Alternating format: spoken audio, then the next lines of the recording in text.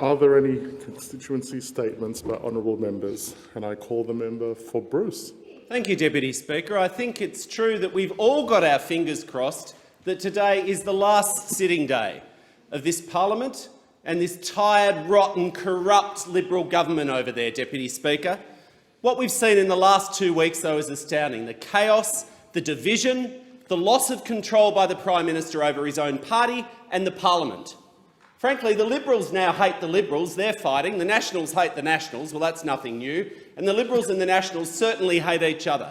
If you can't run your party room and you can't run this parliament, you cannot govern the country, Deputy Speaker. But the Prime Minister has plumbed new lows, new depths in his behaviour in question time for the last 2 weeks. He's desperate. He's a desperate, failing man. He's a total grub. Now, that's a funny word, isn't it? You're allowed to say grub in the parliament. That's parliamentary. I couldn't call him a liar here, although I could do that outside the parliament. But he's like the guy at the end of the night at 3 a.m. in the pub, just desperate for a fight with anyone because he ain't got nothing else going on for him now, has he, Deputy Speaker? His behaviour in question time has been appalling. His entire strategy now, not just for his re-election, but for the nation, is to make stuff up about Labor. That's it. That's all this government has left. Tell lies, a pattern of mendacity and untruths about Labor. Their most astounding nonsense is, after 3 years of failing to introduce a National Anti-Corruption Commission, look at them over there, no bill in the parliament. Their own MPs are losing patience and crossing the floor, Deputy Speaker, and the Prime Minister's response, oh, well, it's all Labor's fault. It's Labor's fault that this mob have been in power for almost a decade and haven't done their job, and that's somehow our fault. It's pathetic. Fake fights and lies, that's all the government has left. Lies about the vaccination rollout, we're at the front of the queue. Give me a break, we were last in the developed world. Lies about the economy, wages have gone backwards in the last 12 months. Order. Oh, the member for Chisholm's smiling. The member for Chisholm's smiling. The member for Bruce will withdraw the comment about using the word lie. I'm allowed to say lies. I'm not allowed to call someone a liar, Deputy Speaker. That's very clear. But let's, for the sake of the chair, talk about the pattern of untruths, the pattern of mendacity from this whole mob over there. The member for Chisholm over there, she's smiling that wages have gone backwards under the Liberals. Well done. You'll get what's coming to you at this election. Lies that are weird about Shanghai Sam. He says he didn't say it. It's on his own Facebook page. His failures are well known, but what's really clear now is this government has no agenda left. No agenda. They can't bring on real legislation for a vote. They've created a fake fight on something that is deadly serious about social media trolls because they haven't introduced a National Corruption Commission, and they've now cancelled Parliament. 5 days of the Senate between tonight and the 7th of August, 10 of this House. Absolutely disgraceful. The Prime Minister's a fake, a fraud, and we deserve better in this country. Are there any constituency statements? And I call the honourable member for Reid. Thanks, Mr Deputy Speaker. It's a real honour and privilege to speak about my constituents in my constituency statement. And as it is the last day for 2021, I want to give a big shout out to the incredible community organisations in my electorate, my great electorate of Reid, whether it be the countless sporting groups, the church charities, the school P&Cs, the environmental groups. Reid is truly blessed to have some of the most amazing community organisations, and we know those organisations are only being made great by incredible people, the volunteers, who give up their time to make a positive impact on our local community. I was pleased to see 31 organisations in Reid were recipients of the 2021 volunteer grants. I won't name all of the organisations, but it was great to see the hard-working volunteers at the First Uralla Sea Scouts, the Australian Breastfeeding Association Strathfield Group, the Little Red Hat Association, the Breakfast Point Men's Shed, Briars Greenless, City of Canada Bay's Men's Shed, at Concord High School, P&C, St Macorius, the Drummoyne Scouts, and the Chinese Australian Services Society. They all do incredible work, and the volunteers work so hard. We will all be supported with grants of up to $5,000. The Morrison government is also delivering vital infrastructure to support local community organisations in Reid to keep their power bills low and lower emissions through the Powering Communities program.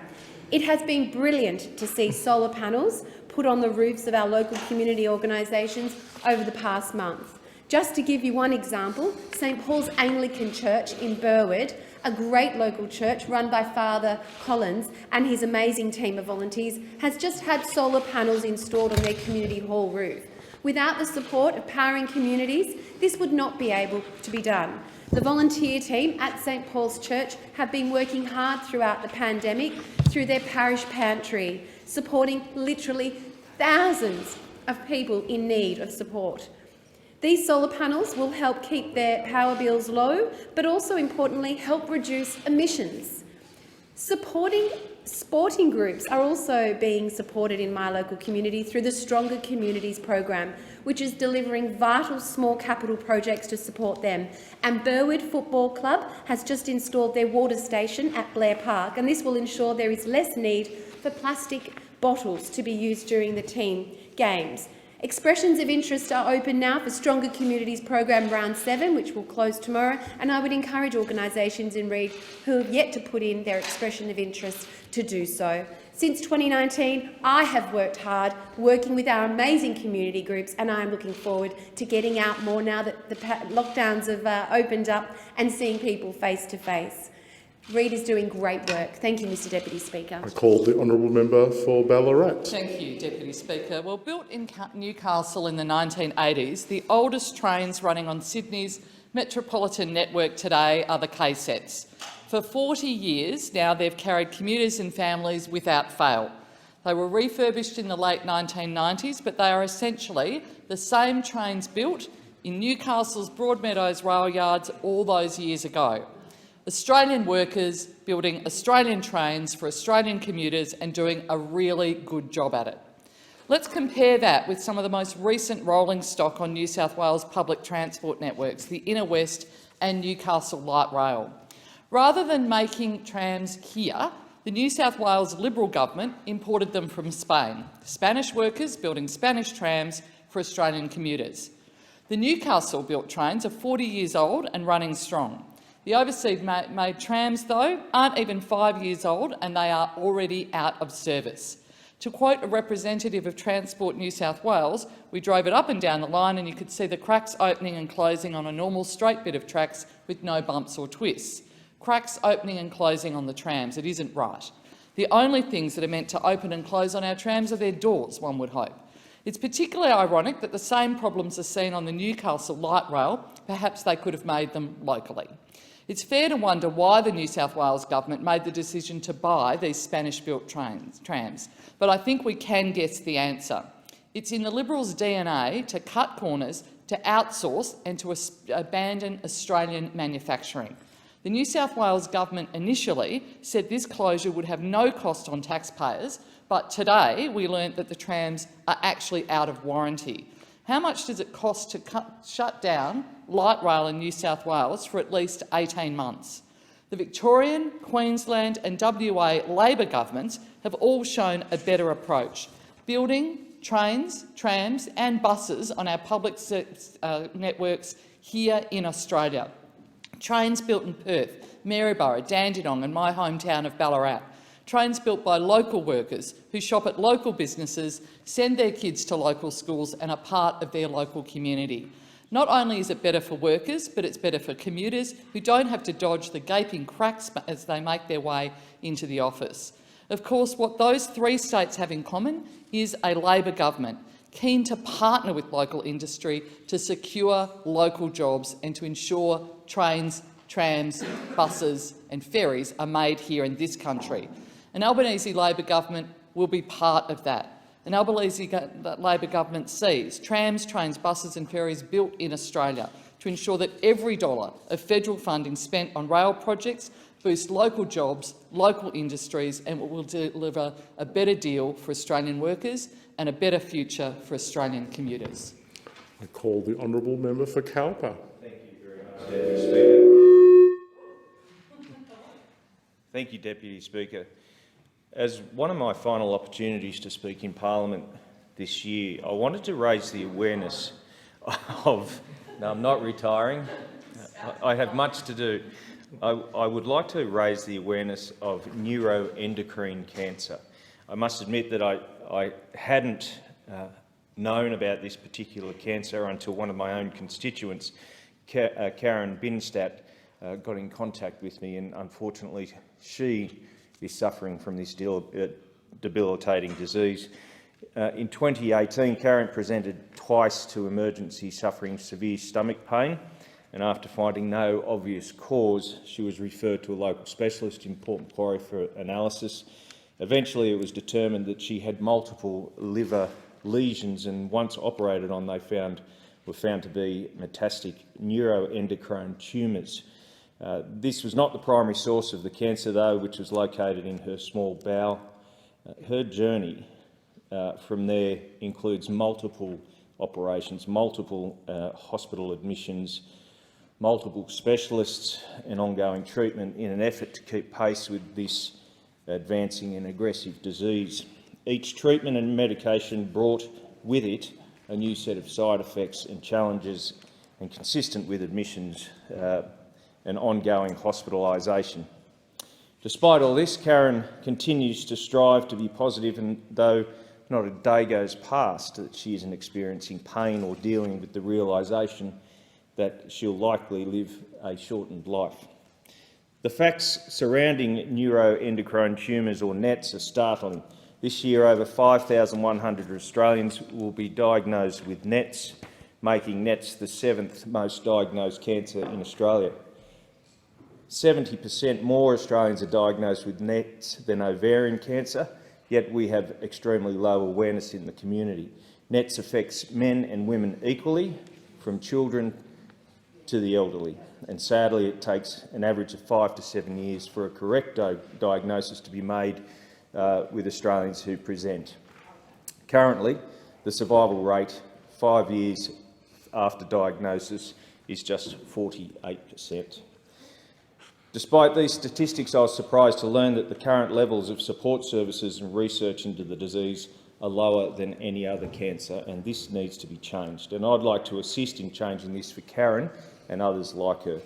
Neuroendocrine Cancer in Australia has devised an action plan which includes what I believe to be reasonable requests for additional government assistance and providing resources, education and research into the disease, and I will do everything I can do to help Karen and people just like her. I call the honourable member for Burt. Thank you, Mr Deputy Speaker. I rise today to say Merry Christmas to all the good boys and girls out there in my community and across Australia. It's been a pretty rubbish year, one that we may prefer to forget. But we've been stuck together and we've done all right. But you see, not everyone has been a good boy or girl this year. The Prime Minister has been a very naughty boy this year, telling lies, not doing what he's supposed to do, and letting his government swindle taxpayers. The Prime Minister doesn't keep his promises.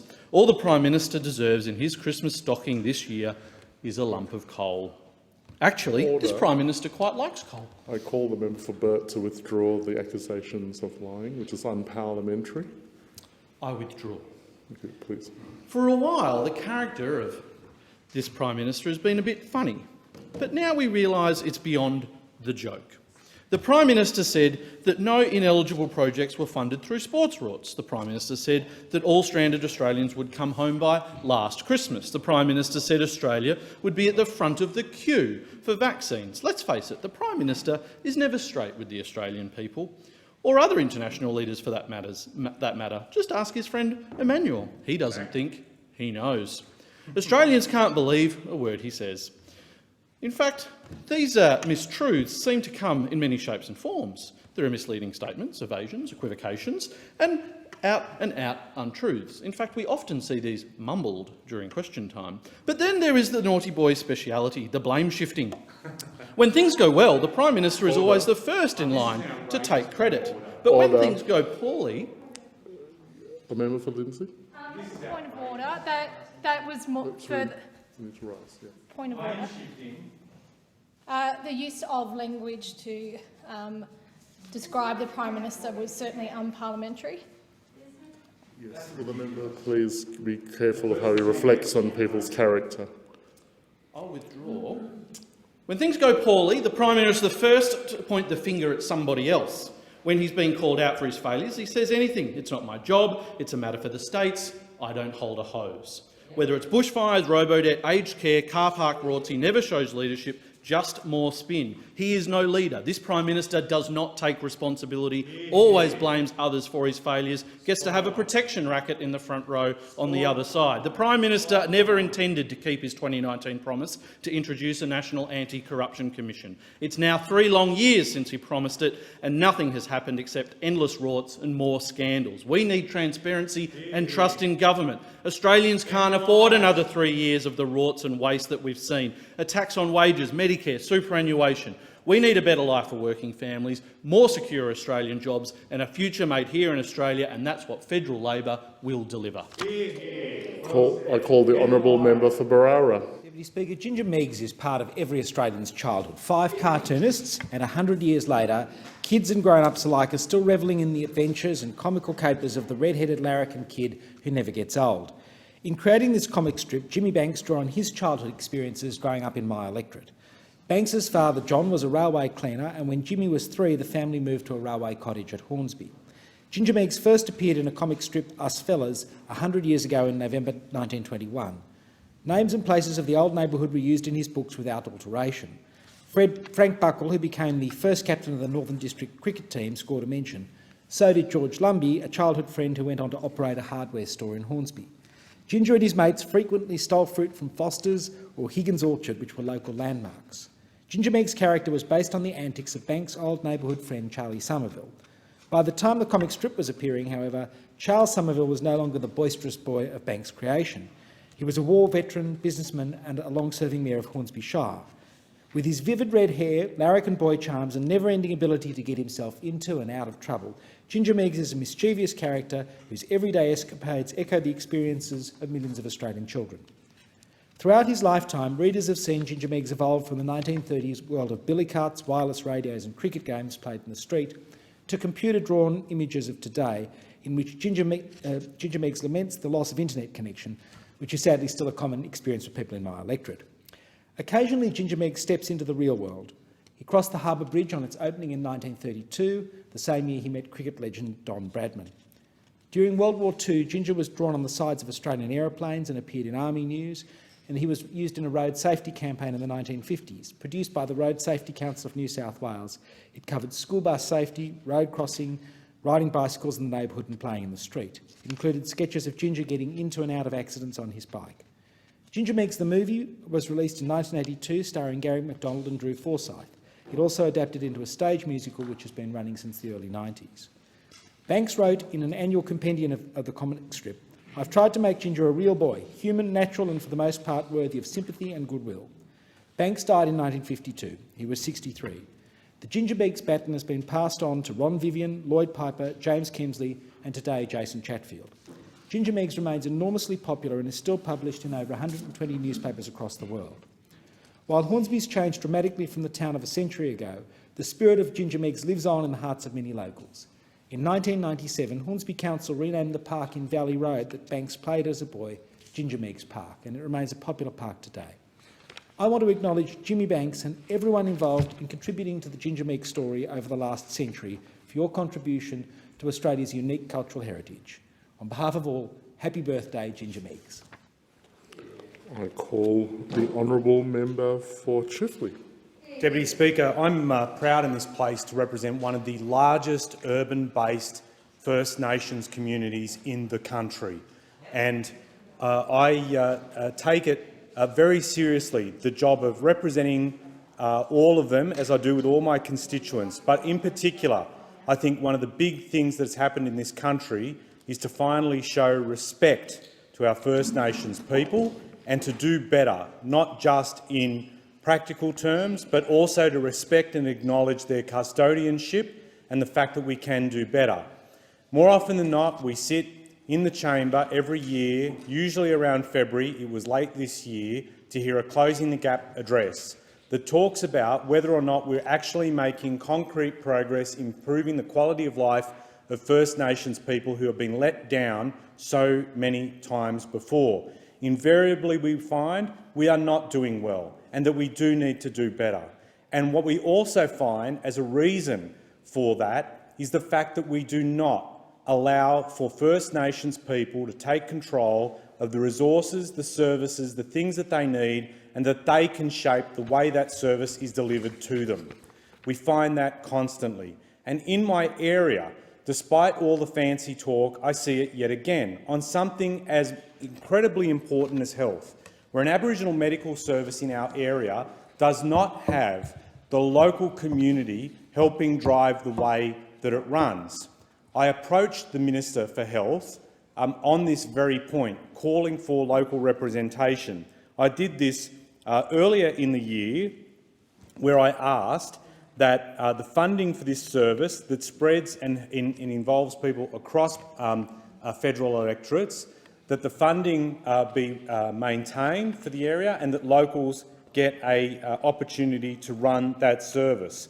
The minister doesn't even bother to respond. He flicks the response to someone else and says this is exactly what's happening. This is not what's happening. This service has now gone into administration and it is now unsure as to what its future will be, and there is no certainty about how people, local First Nations people, will be able to manage and run that service. It's no surprise that a health minister gives no care for one of the biggest Aboriginal communities in our area. He only cares about whether or not he can make an announcement or whether or not he can use public health services in marginal seats to defend Liberal votes, but while lockdown LGAs get treated shabbily. And frankly, I am happy that he is going, but the only thing that I'm upset about is not held accountable for one of the worst vaccine rollouts we've seen, where 60% of the deaths in the lockdown happen in Western and southwestern Sydney, and they are only there to chase votes in seats like the member for Lindsay's seat.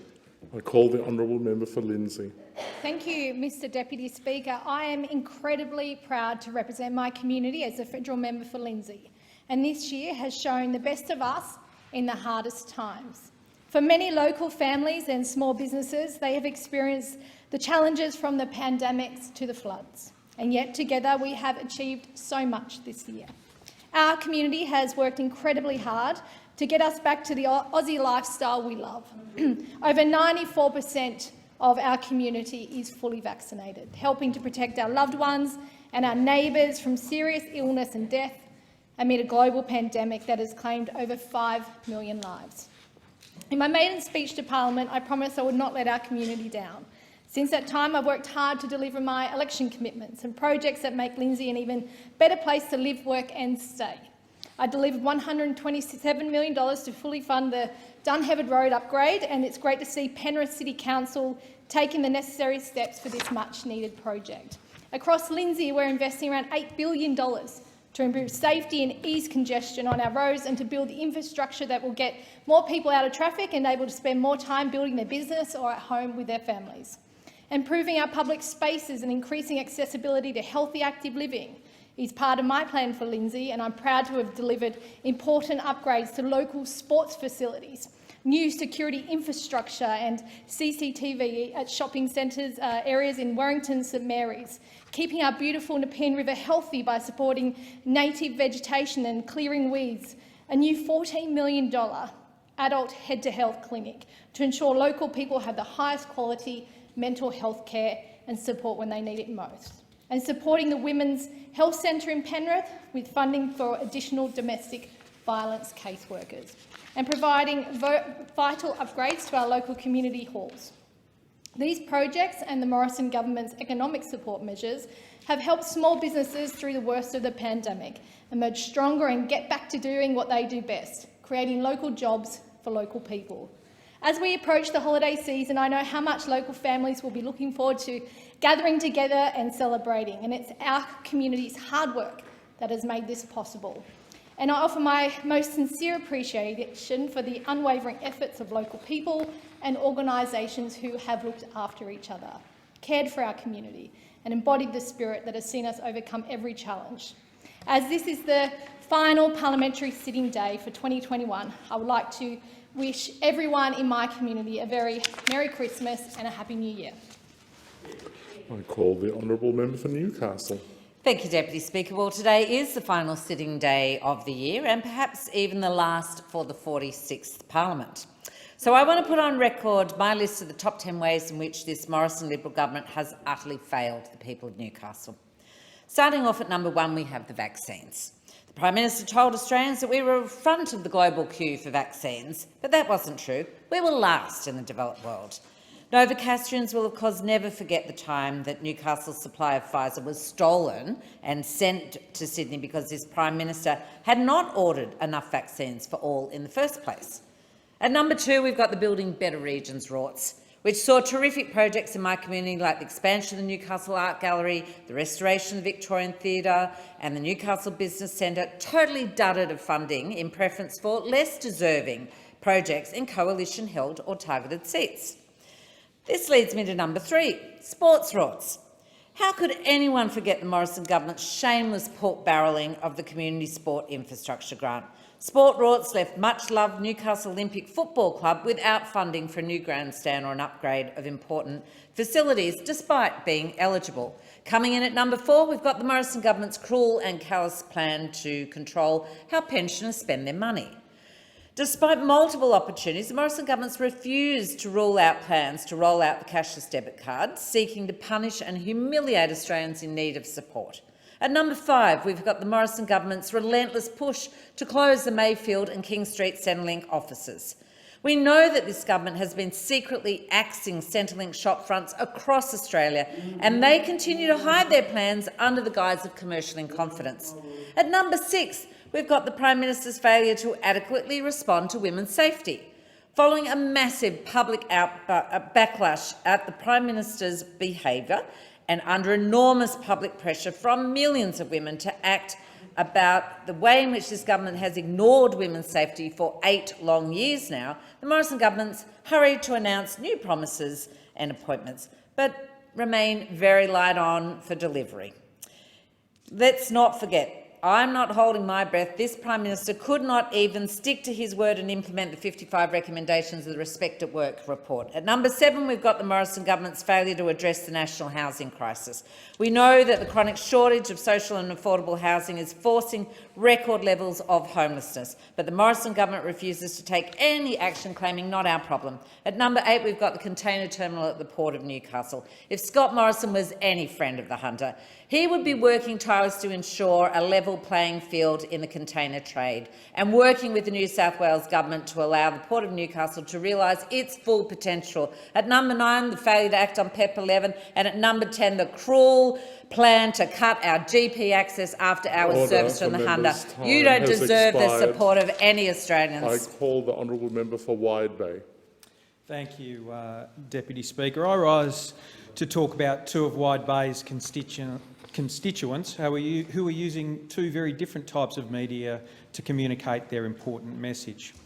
My good mate, Big Farmer Andy, a TikTok celebrity, passionate about rural and regional mental health, using the newest form of social media, and my other friend, author Laurie Pointing, who uses one of the oldest forms of communication, the conventional book, to tell the stories of Queensland's frontline police officers.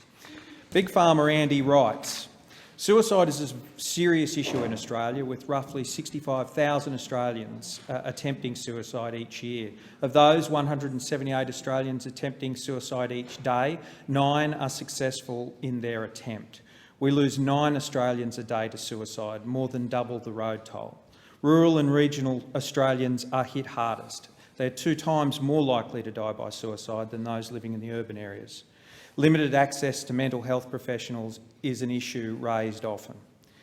The stigma surrounding mental ill health and speaking up about it has a massive impact on curbing the massive disproportionate number of Australians taking their own lives in rural Australia.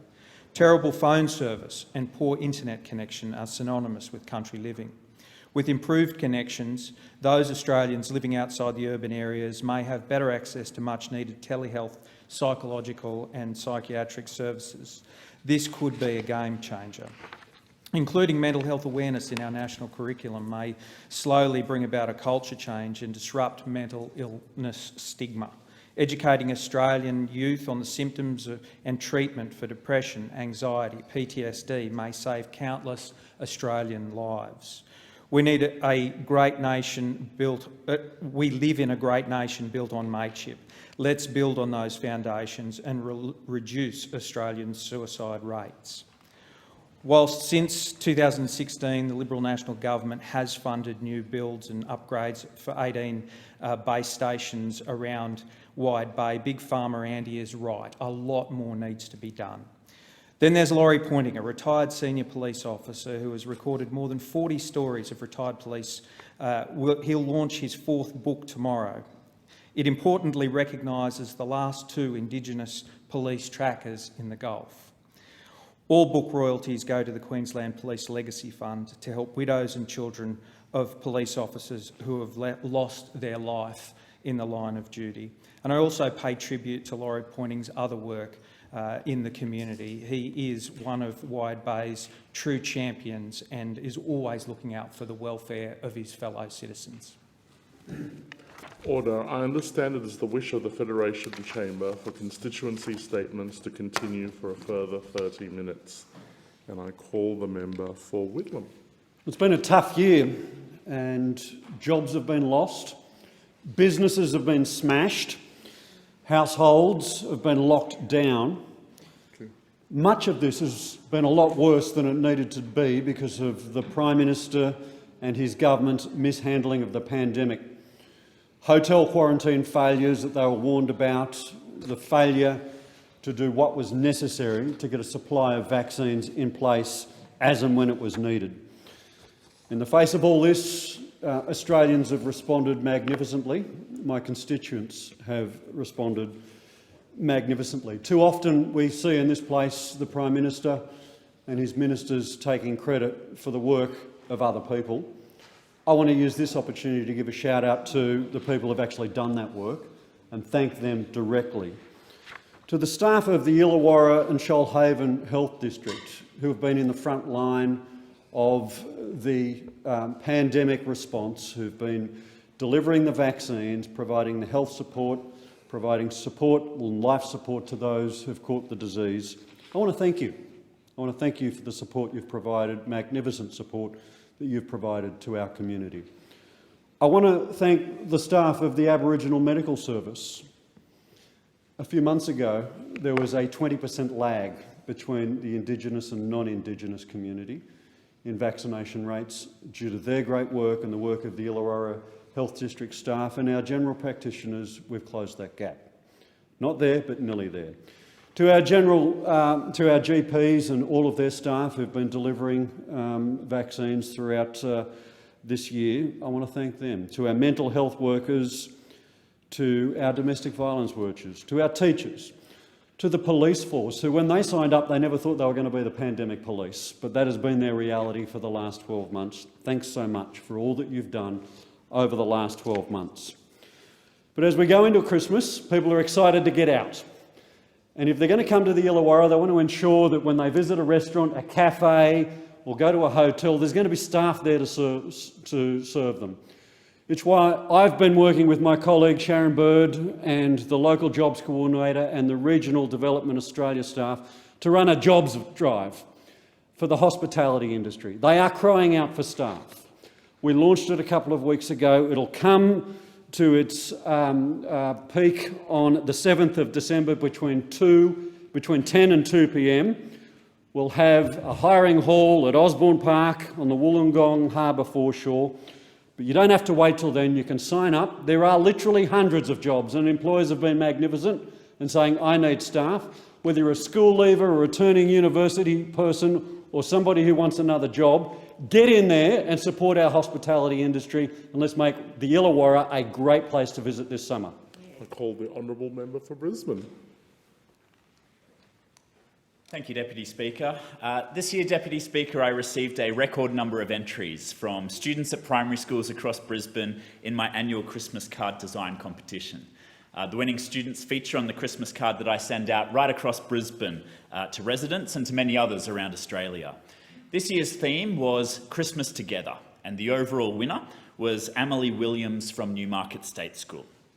The winner in the Prep Year 1 category was Jasleen Kaur of Wilston State School, and the runner-up was awarded to Tom Palmer from Eagle Junction State School. The winner of the Year 2 category was Amy Rankin of Eagle Junction State School, and the runner-up was Sophie Fussell of Holy Spirit State School. The winner of the Year 3 category was Juhi Pradeep from Kelvin Grove State School, and the runner-up was Jenna Wing of Newmarket State School. And I want to congratulate and thank all the students who entered for their colourful and artistic and cheerful entries. I'd also like to thank the teachers who helped getting these entries organised into my office, and to all the teachers across Brisbane for their hard work throughout the year and for rising to the challenges presented by the pandemic in recent times. I'm confident, Deputy Speaker, that through the recent lockdowns, many parents out there have a newfound appreciation and respect for the role played by our teachers every day. Many of the students' Christmas art designs, Deputy Speaker, are a strong reminder that despite tough times, the spirit of Christmas is very much alive in Brisbane. And in that spirit, I'd really encourage Brisbane locals to not only spend time together again with their families and friends over the upcoming holidays, but also to think about our wider community. Consider helping out a local charity or organisation over the break. And when it comes to buying gifts for friends and family these holidays, I encourage everyone to shop local, to support the local small businesses that continue to be the backbone of our community. Deputy Speaker, everyone knows, I think, that our businesses, our small businesses, our family businesses have been getting through incredibly challenging times recently.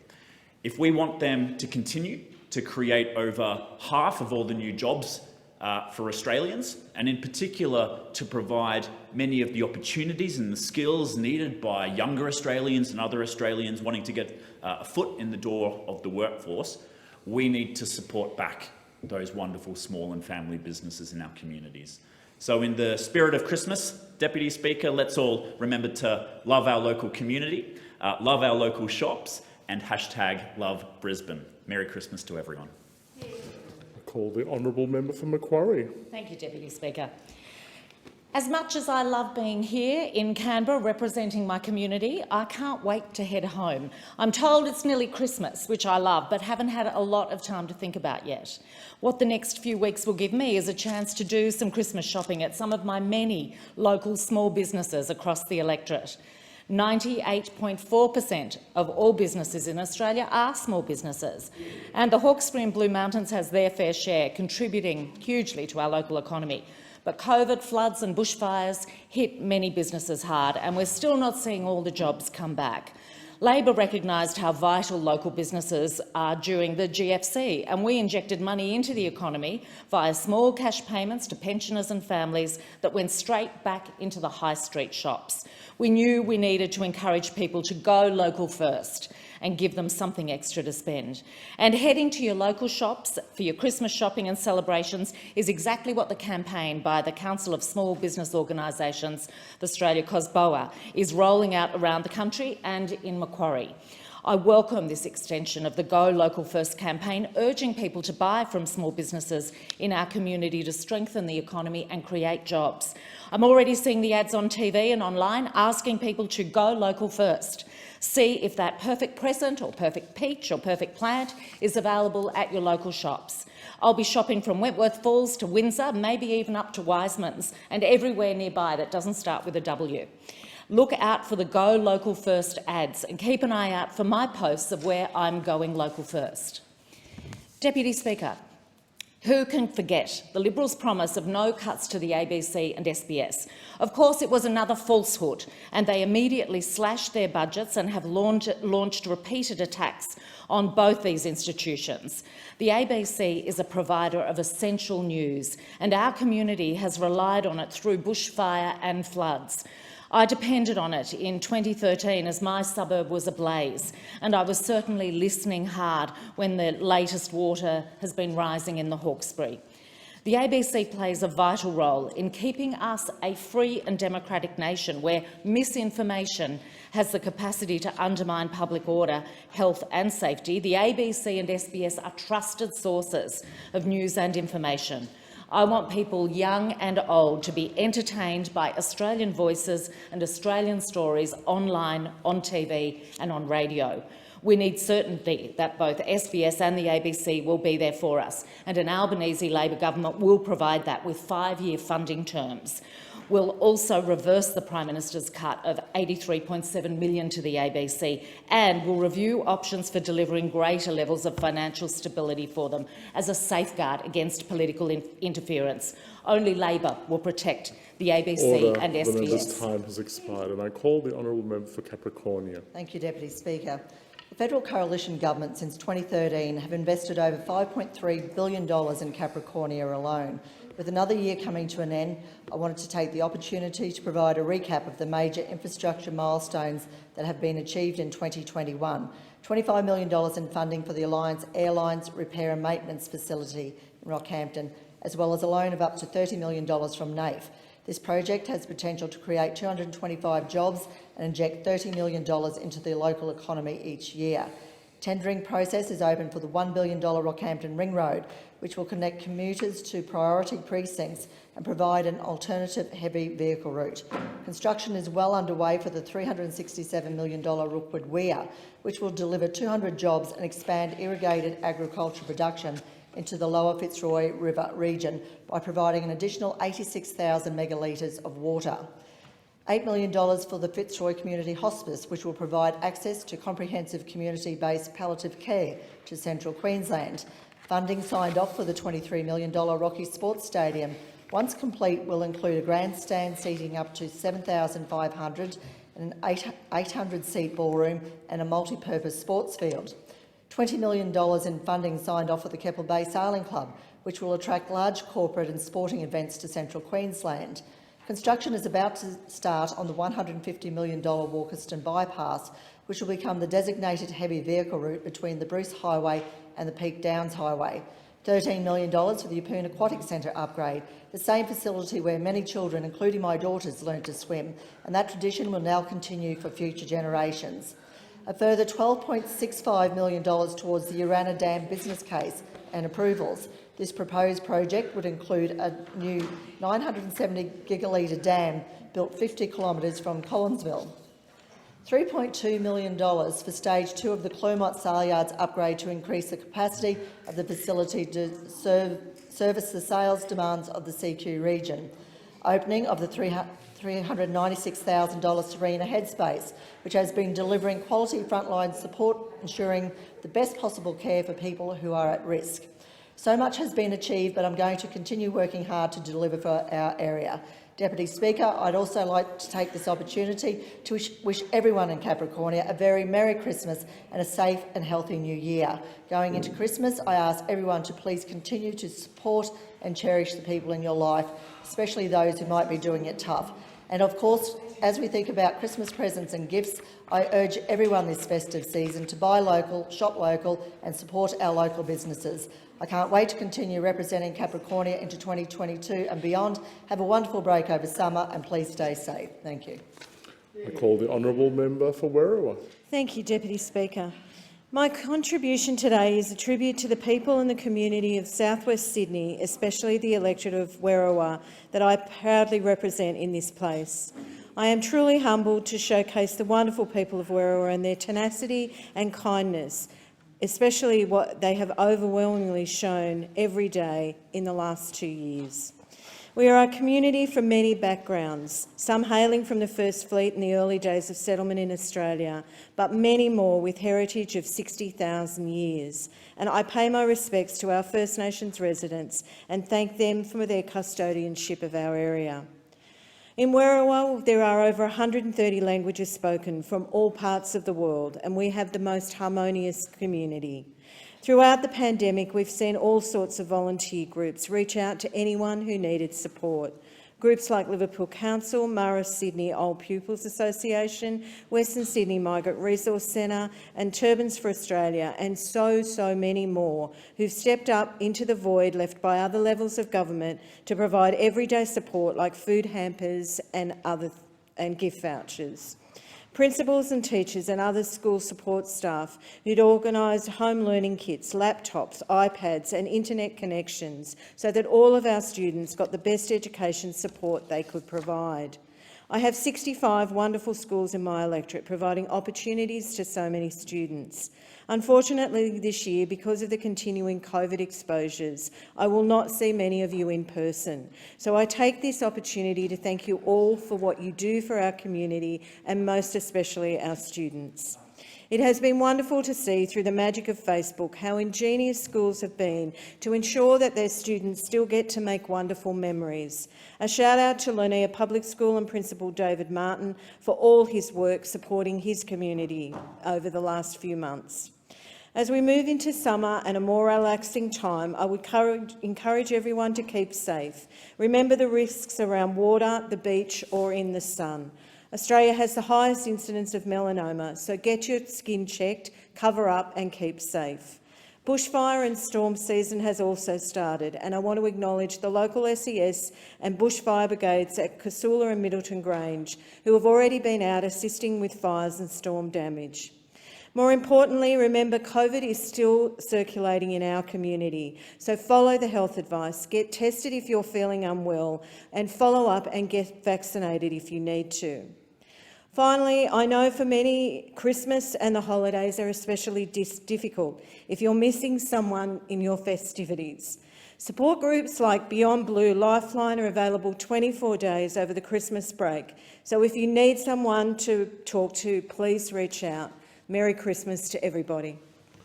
Call the honourable member for Page. Deputy Speaker, I'd like to acknowledge Donna Layton, who is the manager of the Nataras sawmill in Grafton. She's been working at the mill for 43 years and is one of few female sawmillers in the country. Donna lost her property to the 2019-20 bushfires. These bushfires also devastated the timber industry, causing a more than 40% downturn and a major shortage of timber supply. Donna worked tirelessly to find a way to keep the business open and continue to pay people's wages. Because of her efforts, Donna was awarded the 2021 Shine Dedication Award. The Shine Awards aim to recognise regional and rural women who make a real difference to their communities. Donna, the dedication you have for the business is incredible, and I thank you for that. And I know that Spiro is looking down on you very proud, as is the whole Nataras family. Deputy Speaker, I'd like to acknowledge Michelle Ryan, who has recently had her German-Australian opera grant extended for the 21-22 season. Michelle grew up on a sugarcane farm at Harwood and went to school at Maclean. She wanted to be a pop singer, but after being introduced to opera by her singing teacher, she fell in love with the art.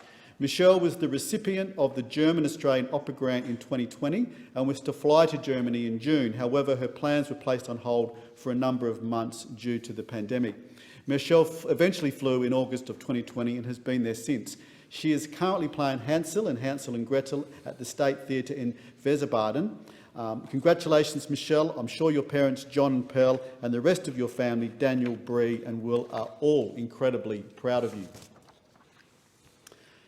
Deputy Speaker, I'd like to acknowledge Dr James Hodges from Grafton. James was recently highly commended in the 2020-21 Michelle Beats Award for Inspirational Paediatric Care. This award recognises the commitment and achievements of people who go above and beyond and inspire others to deliver the best possible care for children. James is the staff specialist paediatrician at the Grafton-based hospital. He is also on the project team for First 2000 Days, a framework that outlines the importance of the first 2000 days in a child's life.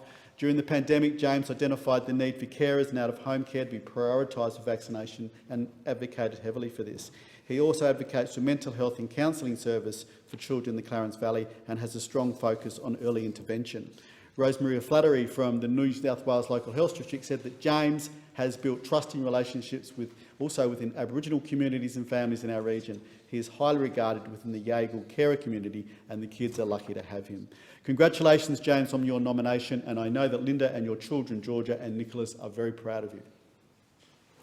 I call the honourable member for Dunkley. Thank you, Deputy Speaker. Well, it's more than 1,000 days since Prime Minister Morrison and the former Attorney-General promised Australians a federal anti-corruption commission. But like so much else, the Morrison government has failed to deliver it. It has stopped debate in this parliament when we've tried to talk about establishing a federal anti-corruption commission. The Prime Minister hasn't even bothered to introduce legislation into the parliament to try to establish an ICAC. All the Morrison government has is a draft for a model that has no supporters, no friends at all, apart from within the Morrison government, a model which just would not properly hold federal politicians to account. What have we seen under this Morrison government? Today, we've heard reports that 2 of the Prime Minister's closest friends were handpicked to receive $80,000 from Home Affairs to set up their own quarantine business. But apparently no one in the Morrison government seems to know anything about it. And that's just the latest scandal. There's some other legacies of this tired Morrison government: sports rorts, car park rorts. Cannonook and Seaford were promised commuter car parks. Money's been taken away. Where's the promised car park for Frankston? Secret $1 million donations, tipping off the media about AFP raids, robo-debt. Grassgate, where there was a failure to declare a meeting with officials about critically endangered grasslands, which the minister apparently had a financial interest in a company that was under investigation for poisoning them. Watergate, using forged documents to attack political rivals. The sale of the Leppington Triangle land near Western Sydney Airport for $30 million, although it was only worth $3 million. The Paladin $532 million contract disaster, visas for au pairs for mates, Reefgate, $44 million of taxpayers' money going to a small foundation without a competitive tender process or any applications for the money for our critically endangered Great Barrier Reef, a $38,000 home internet bill that a minister had to pay back for excessive data use. A company once registered to a beach shack on Kangaroo Island getting a $532 million contract, the Paladin affair, awarded without tender to provide services on Manus Island. Jobs for Mates, an administrative appeals tribunal with 65 former Liberal Party staffers, former Liberal or National politicians, party donors, members, unsuccessful Liberal candidates or Liberal government employees. Safer Seats rorts, round 3 of the Safer Communities Fund, 90% of funding ending up in government-held, independent or marginal Labor seats, rejecting advice from government's community safety experts and reducing funding for 19 safety projects across Australia. Despite the Prime Minister's efforts and pretence to say that it's the opposition's fault that there's no ICAC, it is this government's failure to deliver a proper anti-corruption commission that will be its legacy. You want to hold politicians to account? Vote Labor. I call the honourable member for Goldstein.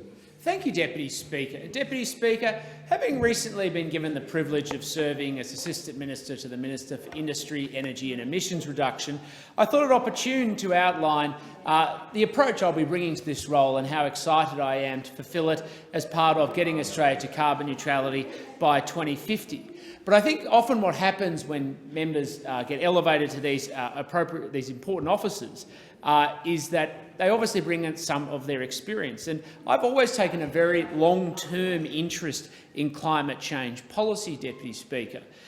For instance, many years ago, when I was working in the space of intellectual property policy, I became particularly exercised and interested at the attempts by the Greens, amongst others, to try and undermine investment and innovation in low-carbon technology, always understanding that technology was going to be the pathway where we decouple economic growth from a dependence on fossil fuels and other carbon emissions. It took me particularly to the Copenhagen conference in 2009, where I heard firsthand from many green activist groups on how they wanted to get rid of intellectual property on low-carbon technology and the terrifying impacts that would have for getting the world to a carbon-neutral future. As a result of the discussions in this parliament related to an emissions trading scheme and carbon tax, I then went off and learned about carbon accounting at Swinburne University. And later, because I became interested in the science of climate change, went and did postgraduate studies at Murdoch University, which were partly interrupted in my time as Australia's Human Rights Commissioner, but did give me a valuable insight into the science underpinning climate change, and more recently went off to Cambridge and studied business to net zero, because it gave an insight into the challenges that businesses face and how we've got to be working with them. But when you actually go through and unpack the issues, particularly through that business net zero approach, it outlined firstly the scale of the challenge that the world faced, but secondly how what we need is a model based on cooperative leadership to work with industry, households and of course government to be able to drive change and improve the health and welfare of our communities as well as the environmental legacy. And what it backed up more than anything else, when you actually do and take the issue seriously, is to understand how critical it is that technology is going to be the solution to get a decoupling. And in comparison to the approach of the Greens, who of course look at reducing greenhouse gas emissions through deindustrialisation, or Labor, who want to do it through a Malthusian constraint on the economy through taxes, the technology-based approach takes the issue seriously, because there is no one-size-fits-all solution, but built on pillars and a cooperative approach. Finally, Deputy Speaker, nearly a decade ago now, in the book I edited, Turn Left or Right, Values in Modern Politics, I actually wrote specifically a chapter on what the Liberal solution was to cutting greenhouse gas emissions, and it was to back in technology which drove economic growth, and frankly, we cut emissions even if we didn't intend it. The member's time has expired, and I call the honourable member for Eden-Monaro. Thank you. And yesterday I had the great pleasure of watching a performance by a junior national champion dance team. The young girls who make up Bomb Funk Dance Studio's Ruby's team were crowned national champions earlier this year. They're an incredibly talented group, but they didn't get to celebrate their competition win in the way you'd expect. In fact, they didn't even get to attend the competition in person and instead had to perform via Zoom. This is because these girls live and dance in Jerrabomberra.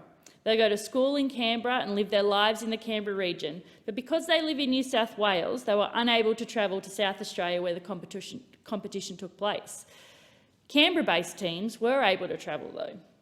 And here we are at the end of 2021, and once again people are hoping this summer and next year will be different. In December 2020, we were all hoping 2021 would be better. Everyone remembers the memes that were shared on social media saying it's only up from here, that 2021 couldn't possibly be worse than 2020.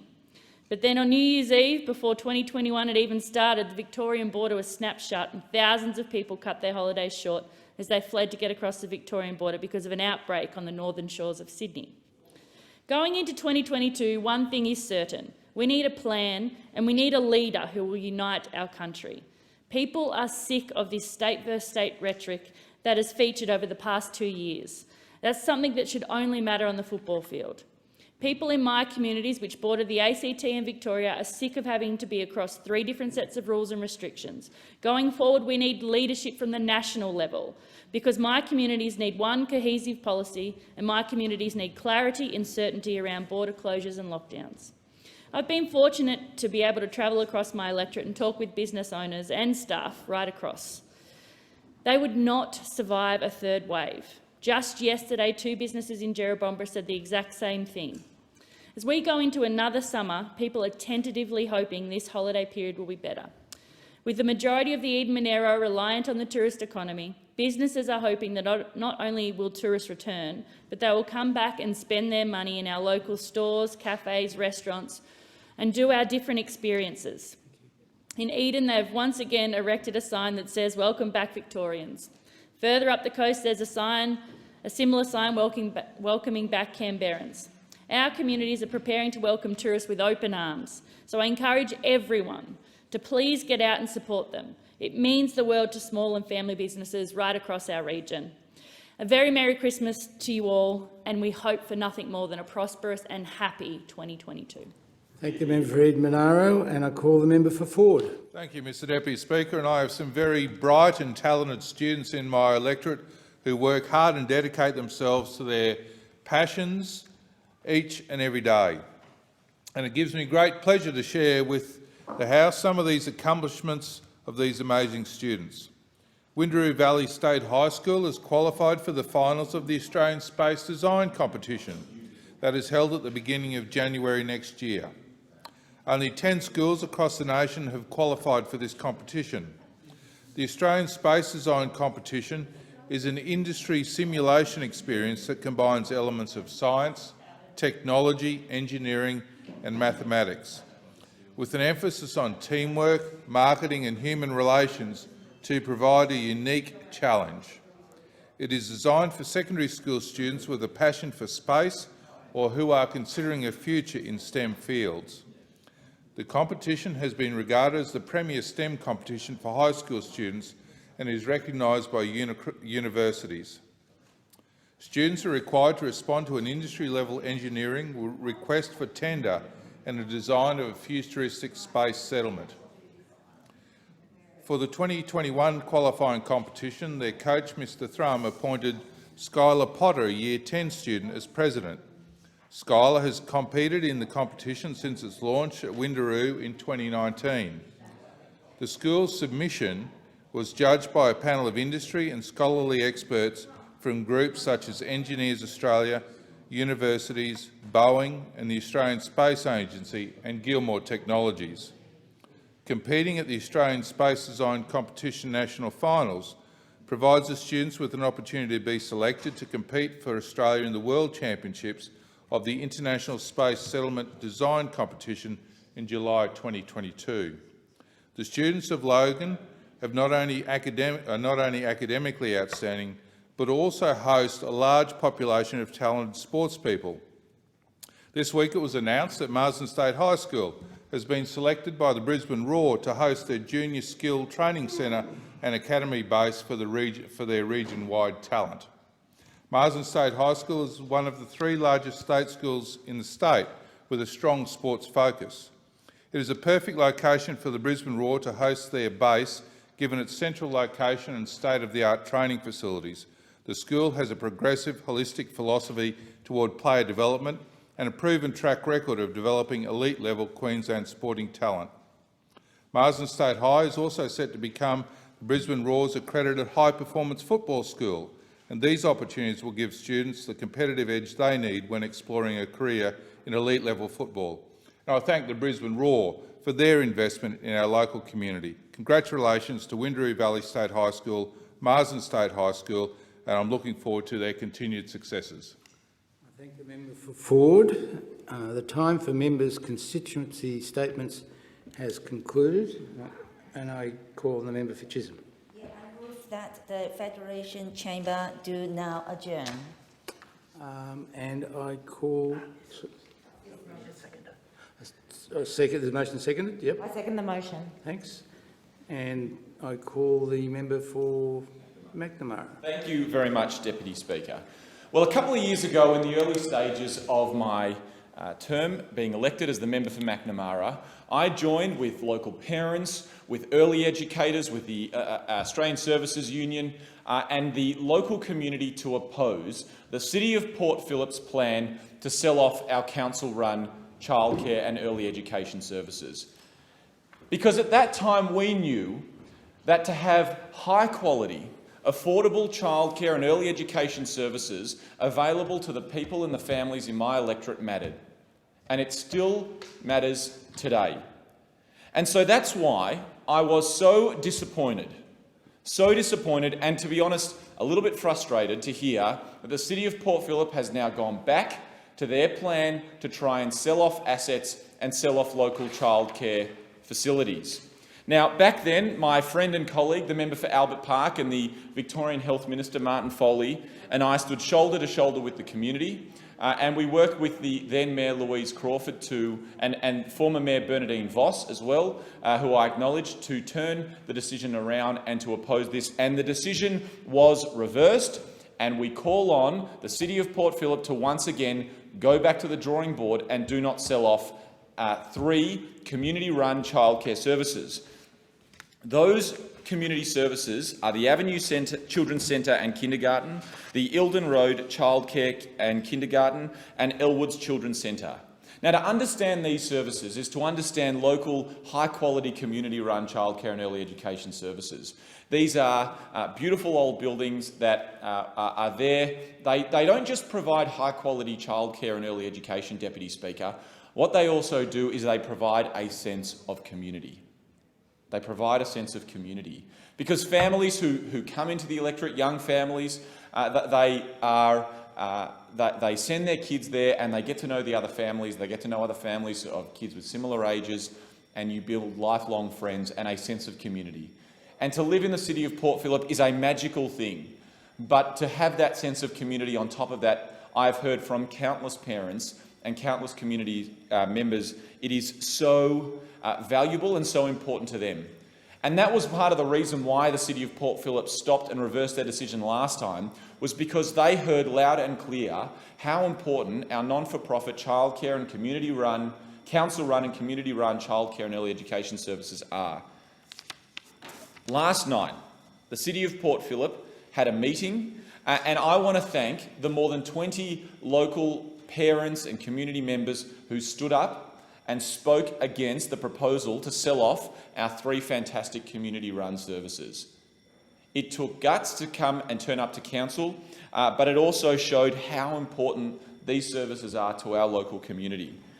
So what the specific ask that we want council to do is to go back to the drawing board. I understand that there are some DDA compliance issues that we need to fix.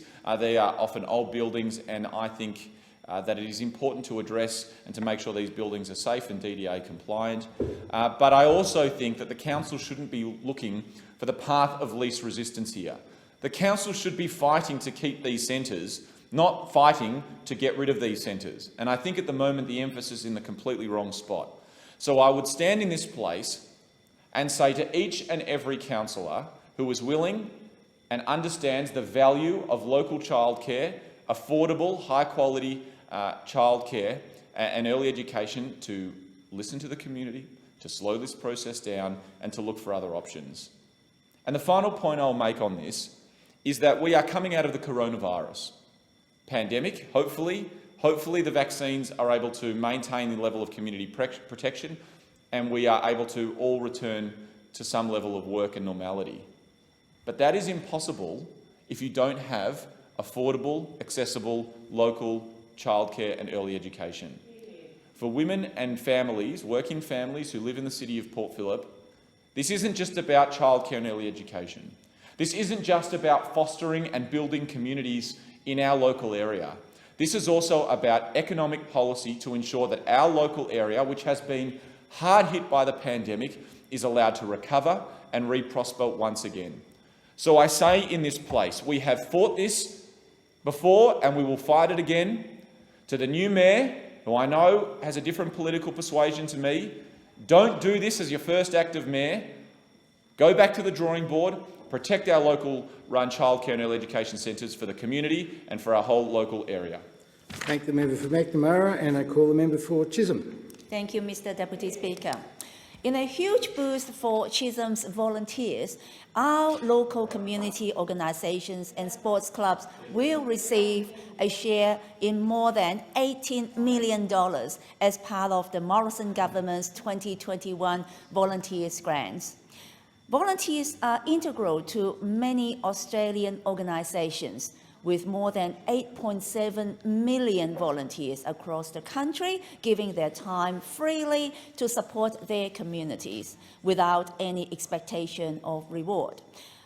What is true of the country as a whole is certainly true of Chisholm, and I'm proud of the work undertaken by our local volunteers, particularly over the last 2 years, as they have supported businesses and families throughout the COVID-19 pandemic.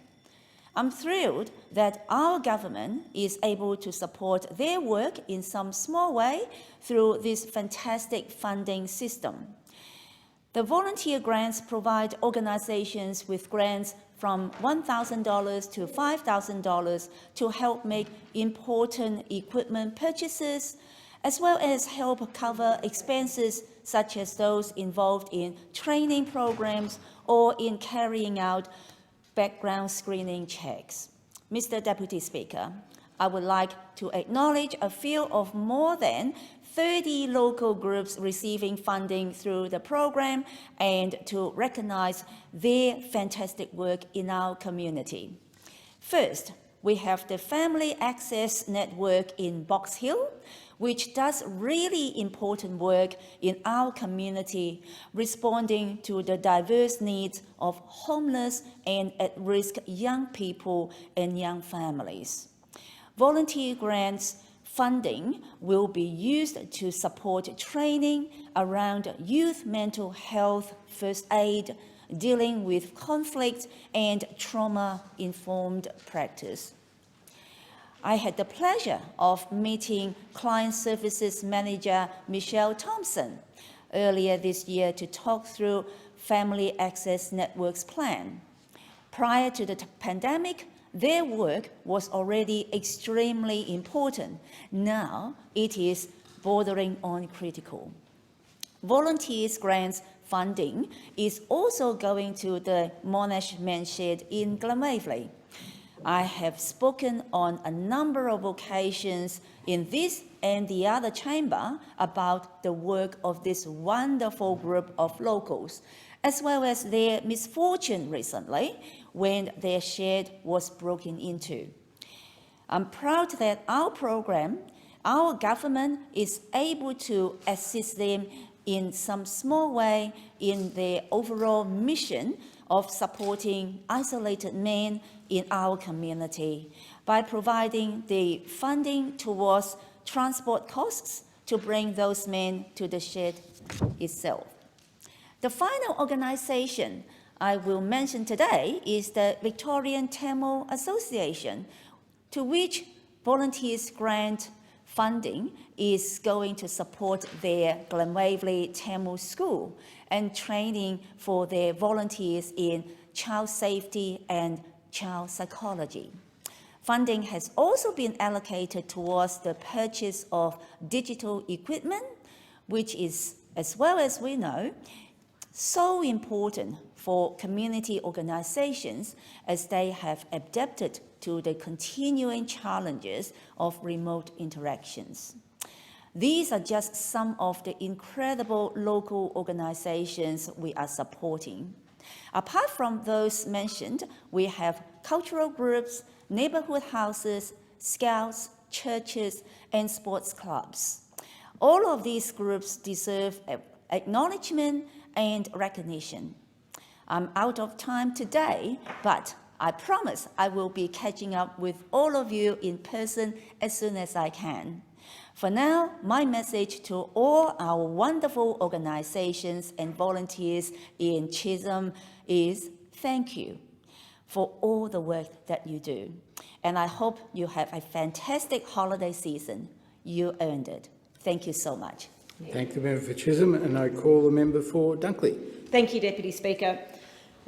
Today, in what may be my last speech for this term of Parliament, depending on when the Prime Minister decides to call the election, I want to talk about a vision for rebuilding our economy, for coming out of the COVID pandemic, a vision that takes into account everyone in our society, but particularly works to redress the undervaluation and the underappreciation of the care economy and the people that work in it, not of all of whom are women, but who predominantly are women.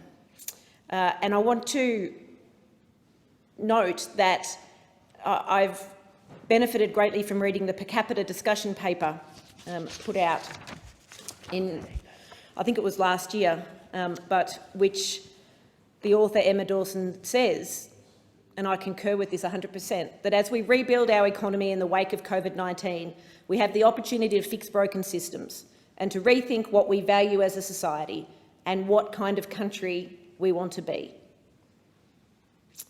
The per capita paper argued for a care-led recovery, and it was written last year, which focused on the things that really matter to Australians: health and well-being of their families and communities, the time they have to spend with one another, the security of their work, and the recognition of the value we find in caring for one another.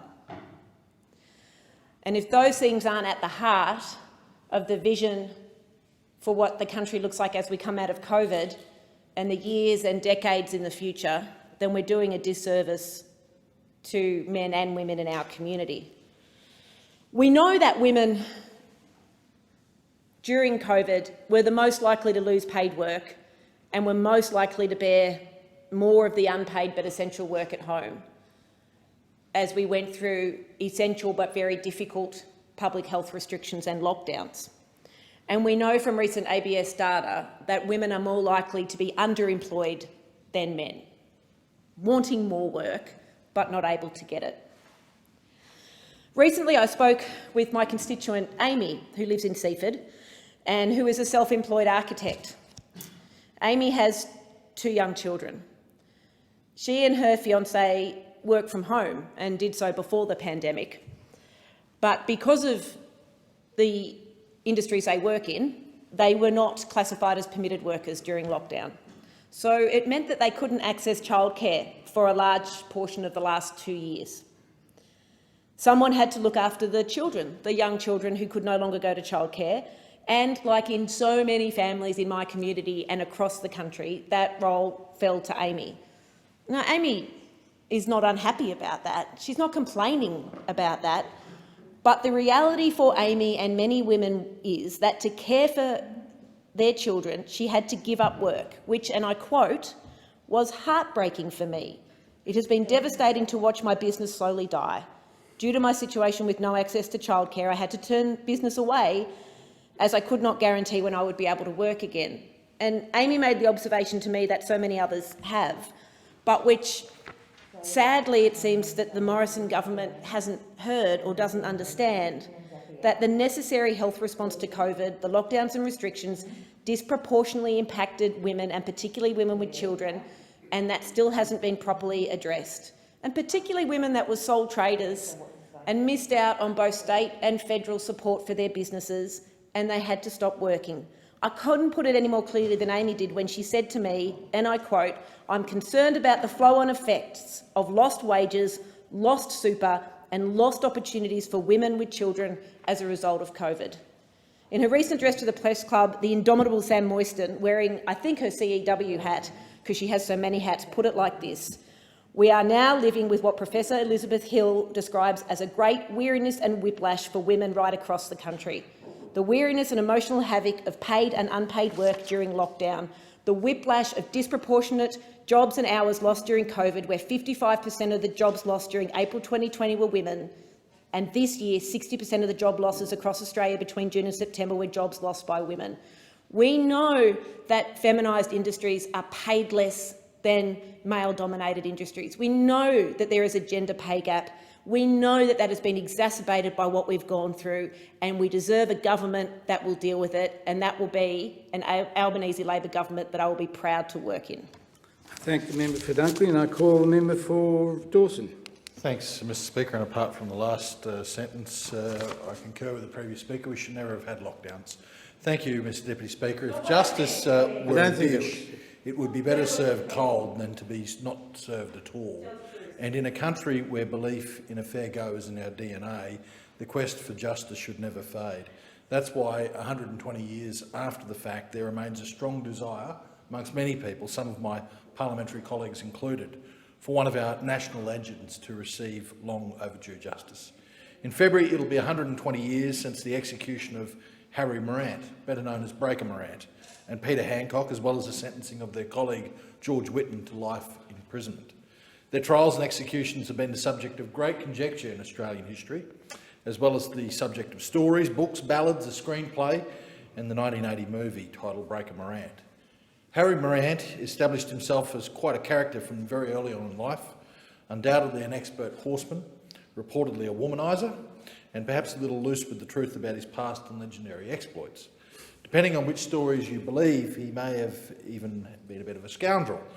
But being larger than life, or indeed being a scoundrel, does not make justice any less deserved. Even in times of conflict on foreign soil, everyone should be entitled to due process and equality before the law.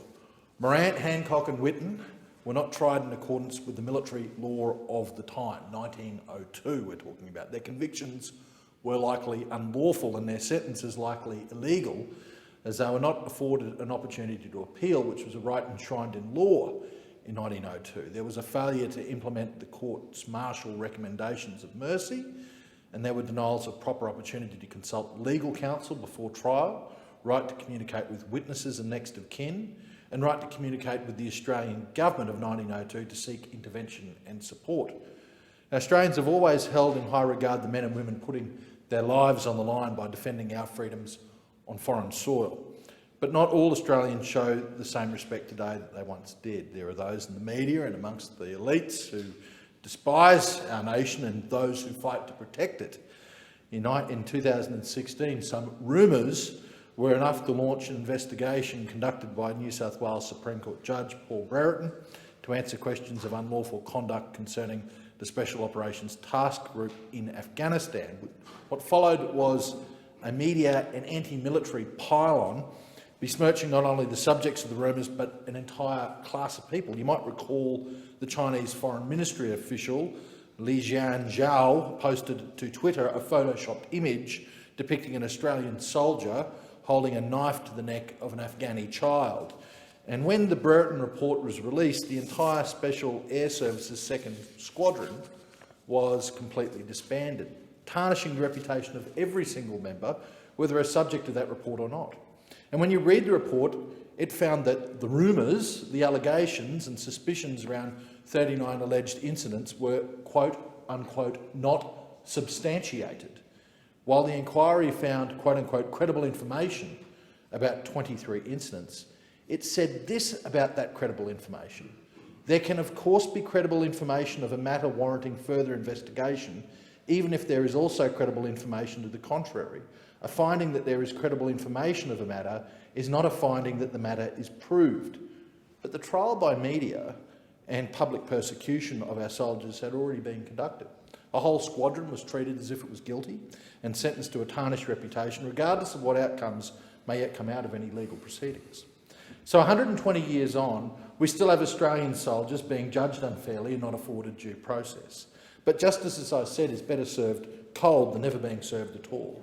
We can still afford Breaker Morant, Peter Hancock and George Whitten the legal processes they deserved at that time. That's why I'm calling on the government to initiate an independent review into those allegations, the evidence, the trial and the legal processes to determine if justice was properly served and whether those 3 Australian soldiers really were just scapegoats. I know many people have spoken about a pardon, and descendants of these men would be happy, extremely happy, to have their ancestors exonerated. But at the very least, we should give them the courtesy of proper due process and properly investigate the circumstances that led to the execution of Morant and Hancock. And if an independent review finds grounds for an exoneration, then a pardon from the Australian government for those men who served their country in the Boer War would be the appropriate course of action.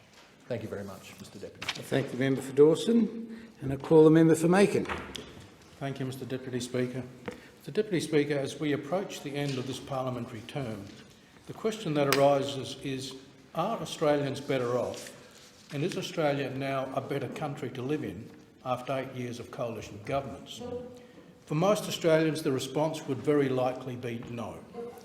Every indicator points to Australians today being worse off than they were 8 years ago, facing an uncertain future and having very little confidence that life will get better. There is no denying that COVID has disrupted life both in Australia and around the world and added to the difficulties of government, but Australia's slide predates COVID. The national health system is at breaking point.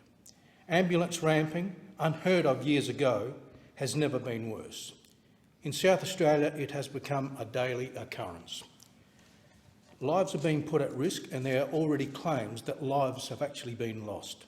Elective surgery waiting times are getting longer, with people now waiting years for urgently needed operations. Gap fees are rising and all too often causing people to avoid essential medical treatment. Private health insurance is becoming unaffordable for many people, and mental health services are unable to keep up with the surging demands for help. The aged care system is still in crisis. Even after the Royal Commission, little has changed and disturbing stories of poor care are regularly reported. For people with a disability, the NDIS system has been woefully implemented, is a nightmare to navigate, and packages are now being heartlessly cut. Skyrocketing housing prices have put the great Australian dream of home ownership further out of reach for most young people, or anyone who is not on above average income. As housing prices rise, so do rents, making life for those people renting even more difficult to make ends meet, let alone save money to one day buy their own home. Both net debt and gross debt has increased every year under coalition governments, with gross debt hovering around $1 trillion. Wages are stagnant and job security for many Australians is becoming a thing of the past. Even for dual income households, life can be a struggle. Many Australians are now having to work multiple jobs just to get by. On climate change, other than a statement about a 2050 target, that is in 30 years' time, we have had no direct action from the coalition government to what is rapidly becoming a race against time. In South Australia, the cancellation of the French submarine contract has left hundreds of workers and small businesses in limbo. 8 years and billions of dollars have been wasted. Meanwhile, the Murray-Darling Basin Plan is once again under threat of being derailed by the National Party, as we saw by attempts in this parliament earlier this year. Rorting has become a hallmark of the Morrison government, and not surprisingly, we still do not have a National Integrity Commission. We have a coalition government racked by dysfunction, disunity and dishonesty, a government characterised by indecision, incompetence and scandal that does all that it can to avoid any form of scrutiny. A government that has bungled the NBN rollout, presided over the billion-dollar robo-debt fiasco, wasted over $13 billion in JobKeeper payments, mismanaged the Afghanistan withdrawal, racked up $1 trillion in debt, refused to disclose the source of a $1 million donation to the former Attorney-General, and on Monday released a calendar for next year's parliamentary sittings that lists a very likely 10 sitting days of Parliament over the next 8 years. The Morrison government is unravelling, as we have seen in the last 2 weeks. It has become a shambolic government with no clear purpose. I don't pretend that getting Australia back on track and restoring confidence, bridging the inequality divide will be easy, but I believe that Australians can do so much better. That requires a change of government, a government that has the right priorities and that treats all Australians as equals, a government that has a real plan and that is serious about climate change, strengthens the Australian economy, restores confidence in the national health system, invests in social housing and infrastructure, backs our education system, including our TAFEs and universities, fixes the national electricity grid, rebuilds Australian manufacturing and respects our first Australians. It is time to elect an Albanese-led Labor government and give Australians the security and confidence in the future that they deserve. I thank the member for Macon. I call the member for Higgins. Thank you, Mr Deputy Speaker. I think we can all agree on one thing. 2021 has been a very challenging year indeed. Challenging not just because the world has had to navigate the ongoing impacts of the COVID-19 pandemic, but also because the flow-on effects to our local communities has been profound and in some cases devastating. I've been heartened in Higgins by the enormous outpouring of support from our local community volunteer organisations. These groups have weathered the pandemic storm and have been a beacon of light, supporting some of our most vulnerable in their darkest of times, and today I want to acknowledge them. Mr Deputy Speaker, each year I have the privilege of hosting the Higgins Community Volunteer Awards and recognise the outstanding efforts of the local unsung heroes of the Higgins electorate, the men and women of our local sporting clubs, Rotarians, scout groups, churches, toy libraries and the many other local clubs who make our community great. This year, 30 individuals were recipients of the prestigious Community Volunteer Awards and were acknowledged for their efforts by their peers at the awards ceremony in November. The story of these community leaders touched my heart, and I want to thank all of them for all of those who submitted nominations this year.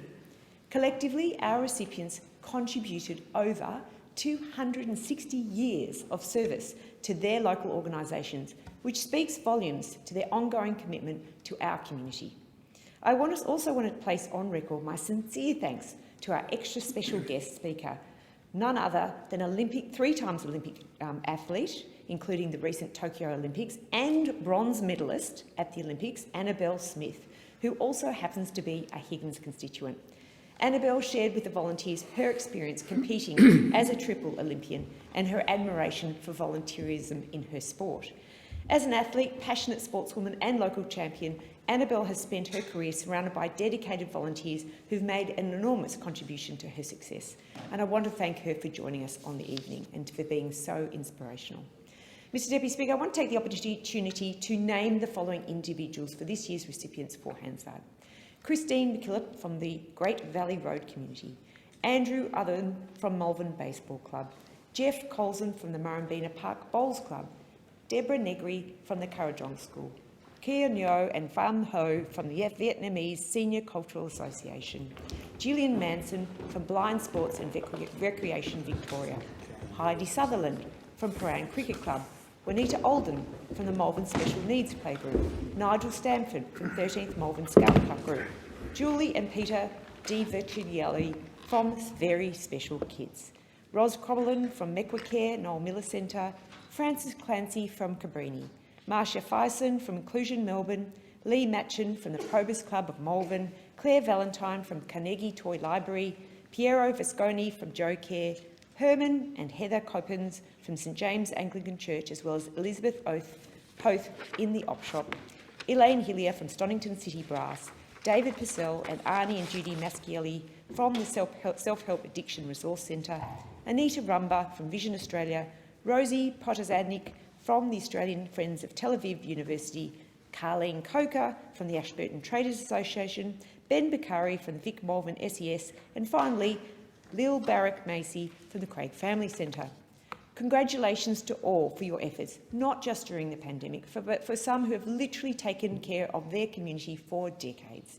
The Morrison government will always support our hard-working volunteers, and it gave me great pleasure this week to notify 37 community groups across Higgins that they were recipients of federal funding for volunteer grants.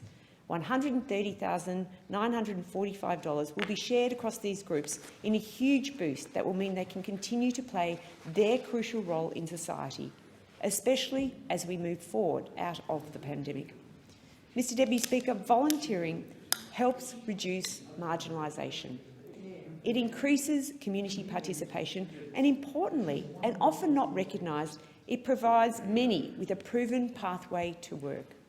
Well done to all our volunteers across Higgins, and I look forward to celebrating with each of these recipients in person very soon, as we're hosting a morning tea now that Melbourne is out of lockdown early next year, and I look forward to meeting all of them and saying congratulations in person. Thank you, Mr Deputy Speaker.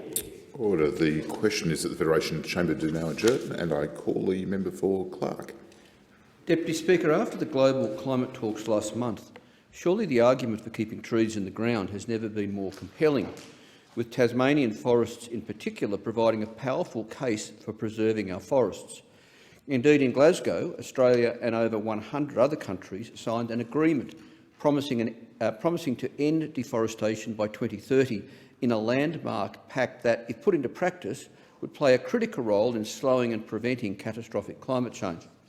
And this is, quite simply, Deputy Speaker, because forests act like a carbon sink, sucking carbon from the atmosphere and stemming global warming.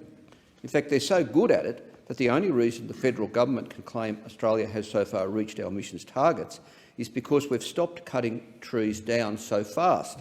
The problem is, of course, that the research shows if you exclude the carbon stored in our forests and land, that Australian emissions have actually increased in the last 15 years, putting us in breach of our own weak targets. In other words, it's forests doing the heavy lifting while the government flounders. And even that achievement is potentially a mirage, because once intact forests are felled, the carbon they store is released, possibly forever. Such irrecoverable carbon means that protecting our existing forests must be a top priority for all Australian governments, especially in my home state of Tasmania, where the forests are some of the most carbon-dense in the world. In fact, we rely on them drawing down some 10 million tonnes of carbon per year, enough to offset all of the state's other emissions. Indeed, Deputy Speaker, this matter is so important that by protecting 500,000 hectares of forest and halving the logging quota, Tasmania was able to go from an emitting state to the first jurisdiction in Australia to be carbon neutral. And that is an amazing achievement, not to be understated. Although, Deputy Speaker, this is only part of the puzzle, because carbon sinks aren't an excuse for business elsewhere, as usual, and shouldn't be relied on by state governments or the federal government to hide the fact that our real emissions aren't actually going down. And this is certainly the case in Tassie, where, despite achieving net zero, there's actually been little change in our emissions across other sectors. In fact, emissions have risen in many areas like transport and industry.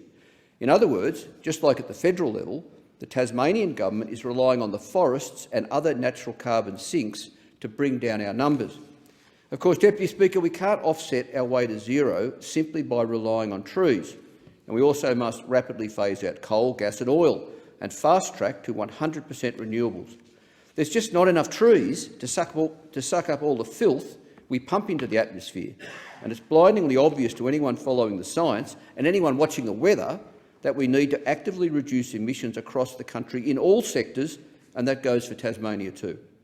Trouble is, we have a federal government obsessed with fossil fuels that'll try anything to keep polluting, including pouring money into fanciful distractions like carbon capture and storage. even though this technology remains an unproven, expensive furphy, peddled by polluting companies to not only justify their continued emissions, but in some cases to even reach deeper stores of oil and gas that should instead be left in the ground. Which brings me back to trees and the fact that they're still the only way to capture carbon on a mass scale, and they're literally standing right in our backyards. We must protect them because it's crucial we protect those natural carbon sinks which work to suck down and store our carbon emissions, especially now with the federal government claiming on the international stage to be committed to ending deforestation. Deputy Speaker, we're already seeing the devastating impact of climate change in Australia and know that every fraction of a degree we can avoid by reducing emissions really matters. But we also know that, even if we phase out fossil fuels immediately, there's already far too much greenhouse gas in the atmosphere, and somehow we've got to capture that. Fortunately, forest ecosystems store more carbon than the atmosphere, and protecting our forests is a straightforward way to slow dangerous climate change. Across Australia, and particularly in Tasmania, it's quite simple. Forests soak up carbon, and cutting them down releases it. They are worth so much more standing. Thank you, Deputy Speaker. Order. The question is that the Federation Chamber to now adjourn. I call the member for Gippsland. Well, thank you, Deputy Speaker. It's with a heavy heart and a great deal of frustration. Order. A division has been called in the House. The proceedings of the Federation Chamber are suspended to allow honourable members to attend the division. Proceedings will resume at the conclusion of the division or any subsequent divisions and the resumption of the chair.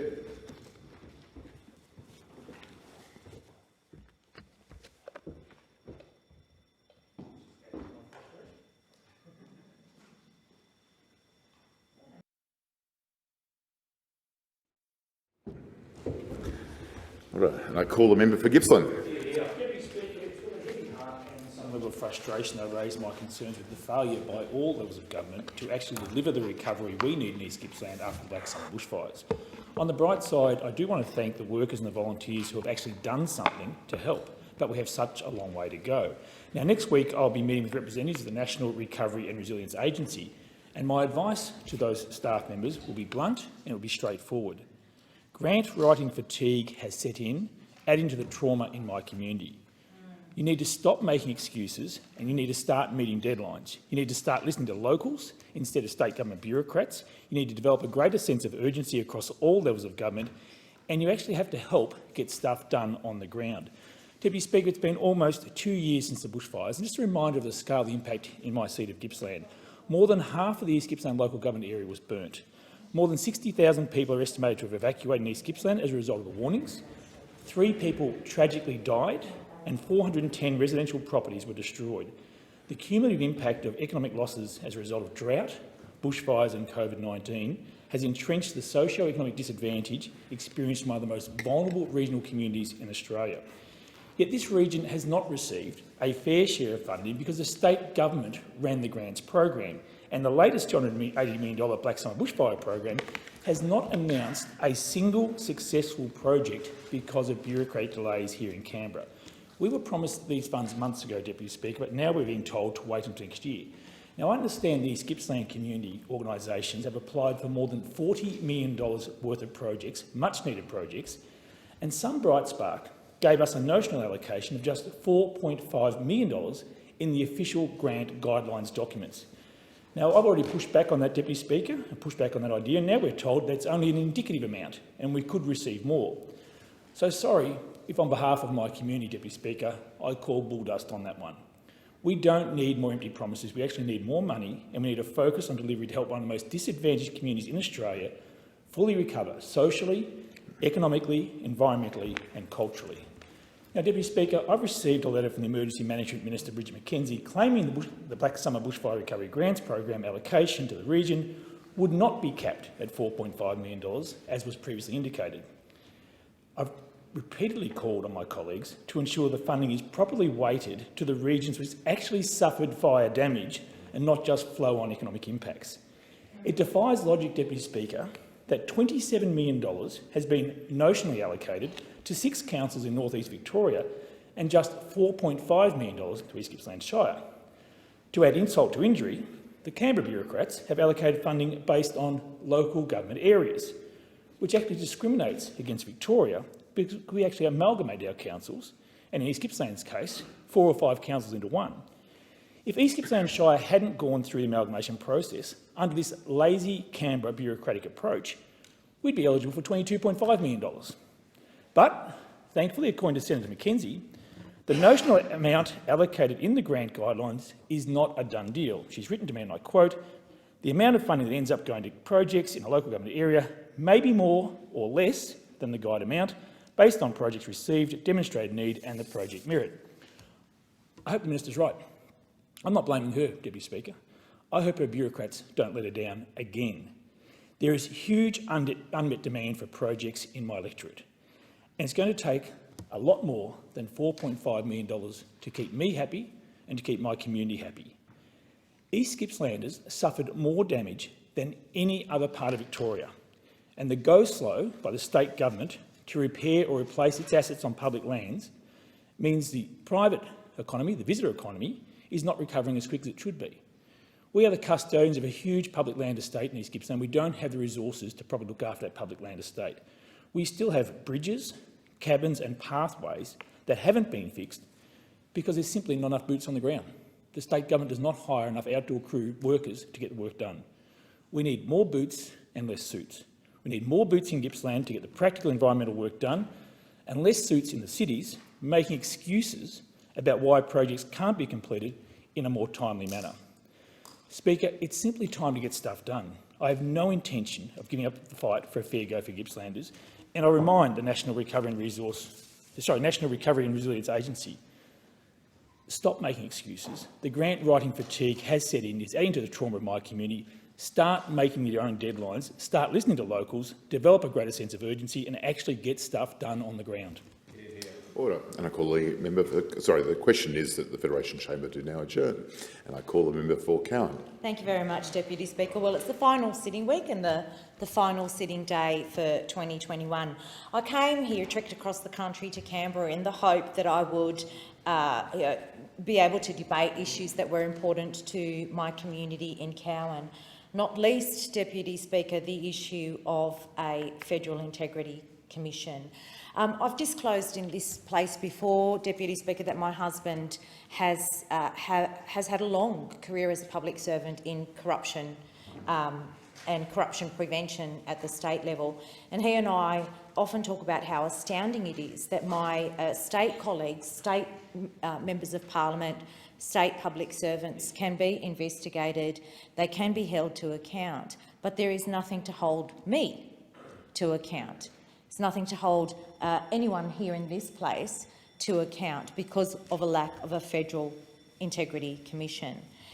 So I came to Canberra in this final week to debate those issues and was very much looking forward to seeing that much-promised Federal Integrity Commission proposal that the government has been talking about for over 1,000 days.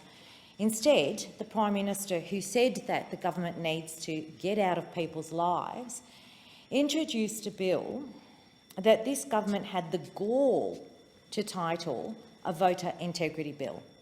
Now, Deputy Speaker, don't get me wrong, I'm very happy that this bill has been defeated, not just because it wasn't needed, because it sought to address a problem that didn't exist, not just because that bill would have had adverse impacts on people in regional communities, on First Nations people, and indeed, Deputy Speaker, on people from culturally and linguistically diverse communities who, like my parents and me, migrated in the 1960s and 70s and were forced to anglicise our names and now hold different forms of identification in different names. That bill would have had a really adverse impact on people like that. And not only, Deputy Speaker, because that bill would have prevented people from participating in democracy, as is their right as citizens of Australia, but also, Deputy Speaker, because I do have to say, I find it the highest form of hypocrisy that a government that refuses to scrutinise its own integrity would dare to suggest that the integrity of the people they are elected to serve needs to be scrutinised. I find that incredibly hypocritical. As I mentioned, Deputy Speaker, it's been over 1,000 days since this government promised a federal integrity body. And to be honest, it's an abject failure on the part of this government that we still don't have one before the House, which we can debate and which we can consider and which would hopefully deliver to the people of Australia. We cannot retain, regain or rebuild the trust in our political institutions in the absence of an effective federal integrity body. And by effective, Deputy Speaker, I don't mean a wishy-washy model that proposes that members of parliament have to refer themselves for investigation. Now, over the past few years, we've seen sports rorts, we've seen pork barrelling at an incredible rate. We've seen questions around the integrity of individual members of parliament. We've seen robo-debt. We've seen a minister forge a document in order to attack a local mayor. We've seen a former Attorney-General refuse to disclose the source of a $1 million worth of donations. Order. The member for Cowan, I think that was an unparliamentary remark and I'd ask you to withdraw it. I withdraw, Deputy Speaker, but can I ask which remark you were specifically referring to? When you referred to a minister and documents. I withdraw, Deputy Speaker. We've seen these things, Deputy Speaker, but we have not seen any accountability. None. We haven't seen any accountability. The citizens and voters of Australia don't deserve to have their integrity questioned. They don't. They deserve a government that will act with integrity. They deserve a government that will bring on what this do-nothing Prime Minister won't do, and that is a federal integrity body that is effective, that has teeth, and that means that those state bodies that investigate state members of parliament, that we are under that same level of scrutiny. The honourable member's time has expired and the question is that the motion be agreed to and I call the member for Riverina. Thank you, Acting Deputy Speaker. NSW stands for New South Wales. In the past, particularly in those 16 sorry years of Labor state government between 1995 and 2011, many in country New South Wales thought it represented merely Newcastle, Sydney, Wollongong. When those terms of office overlapped between 2007 and 11 with the Rudd-Gillard years of federal Labor, it spelt disaster for regional New South Wales. Country people in that state remember all too well the neglect. They talk of the forgotten years, Menzies' famous Liberal Party founding speech, the forgotten people. Well, I tell you who was forgotten during those dysfunctional, chaotic years of neglect. It was country New South Wales people when Labor was in power at both state and federal levels at the same time. These days, with a Liberal Nationals government in Macquarie Street since 2011, things are different, vastly different. I was speaking this morning to New South Wales Upper House member Bronnie Taylor, Deputy Leader of the Nationals, and Minister for Mental Health, Regional Youth and Women, and she said, you only have to drive into a country city or town to see what we've done as far as education and health are concerned. New schools, new hospitals, updated schools, upgraded health facilities.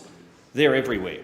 The New South Wales Coalition Government has achieved great things, particularly for country people, on the back of record funding and support from the Federal Liberal and Nationals Government since 2013.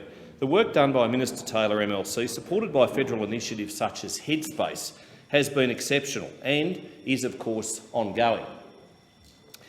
Efforts to ensure country people, especially vulnerable regional youth, receive the right support where they need it, when they need it, are ongoing, and they must be. I read with interest in the Daily Telegraph today of New South Wales Premier Dominic Perrottet's intention to announce a new Minister for Cities when Cabinet is reshuffled later this month. The minister will have, according to the Telegraph, authority to rev the engines of Wollongong, Newcastle and the Central Coast, as well as Greater Sydney. As someone who announced funding for, turned the first sod on site or cut the ribbon for many Sydney projects, I am one regional minister or was one regional minister, who was welcome at these projects and in city electorates. Indeed, I refer specifically to Western Sydney, Nancy Bird Walton International Airport, the M4, M8 West Connects and Botany Rail duplication projects, to name just a few. But what does concern me is that, and I do hope this is not right, but the New South Wales government has not committed to the raising of the dam wall at Wyangla.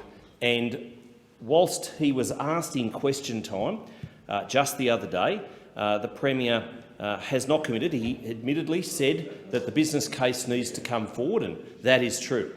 He said, and other New South Wales ministers have argued, that biodiversity offsets need to be determined, and that also is correct.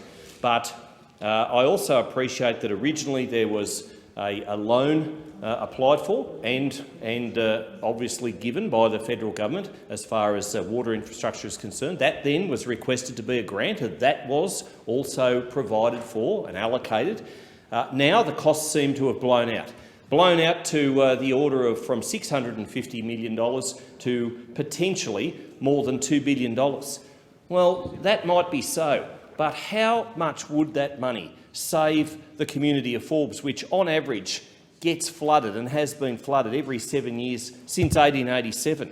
The situation is appalling for those farmers, for those townspeople who have to constantly rip up the carpet, replace floorboards. Farmers, they get their crops ruined, and that costs in the order of hundreds of millions of dollars, not just for the pockets of the farmers, but indeed for the national economy. Because when those farmers are requiring assistance, when those farmers are requiring support from various government levels, they're not paying taxes, and that then hurts us all. It's just time to get the costings done, and I urge and implore the New South Wales government to do just that. And if it costs $2 billion, well, that is a down payment on water security. That is an investment in not just Forbes' future, but indeed the Central West, an investment in the national economy. It's time to stop the talk, it's time to stop the procrastination, and it's time to raise that dam wall by 10 metres. Order. The question is that the motion be agreed to, and I call the member for Gellibrand. Thank you, Speaker.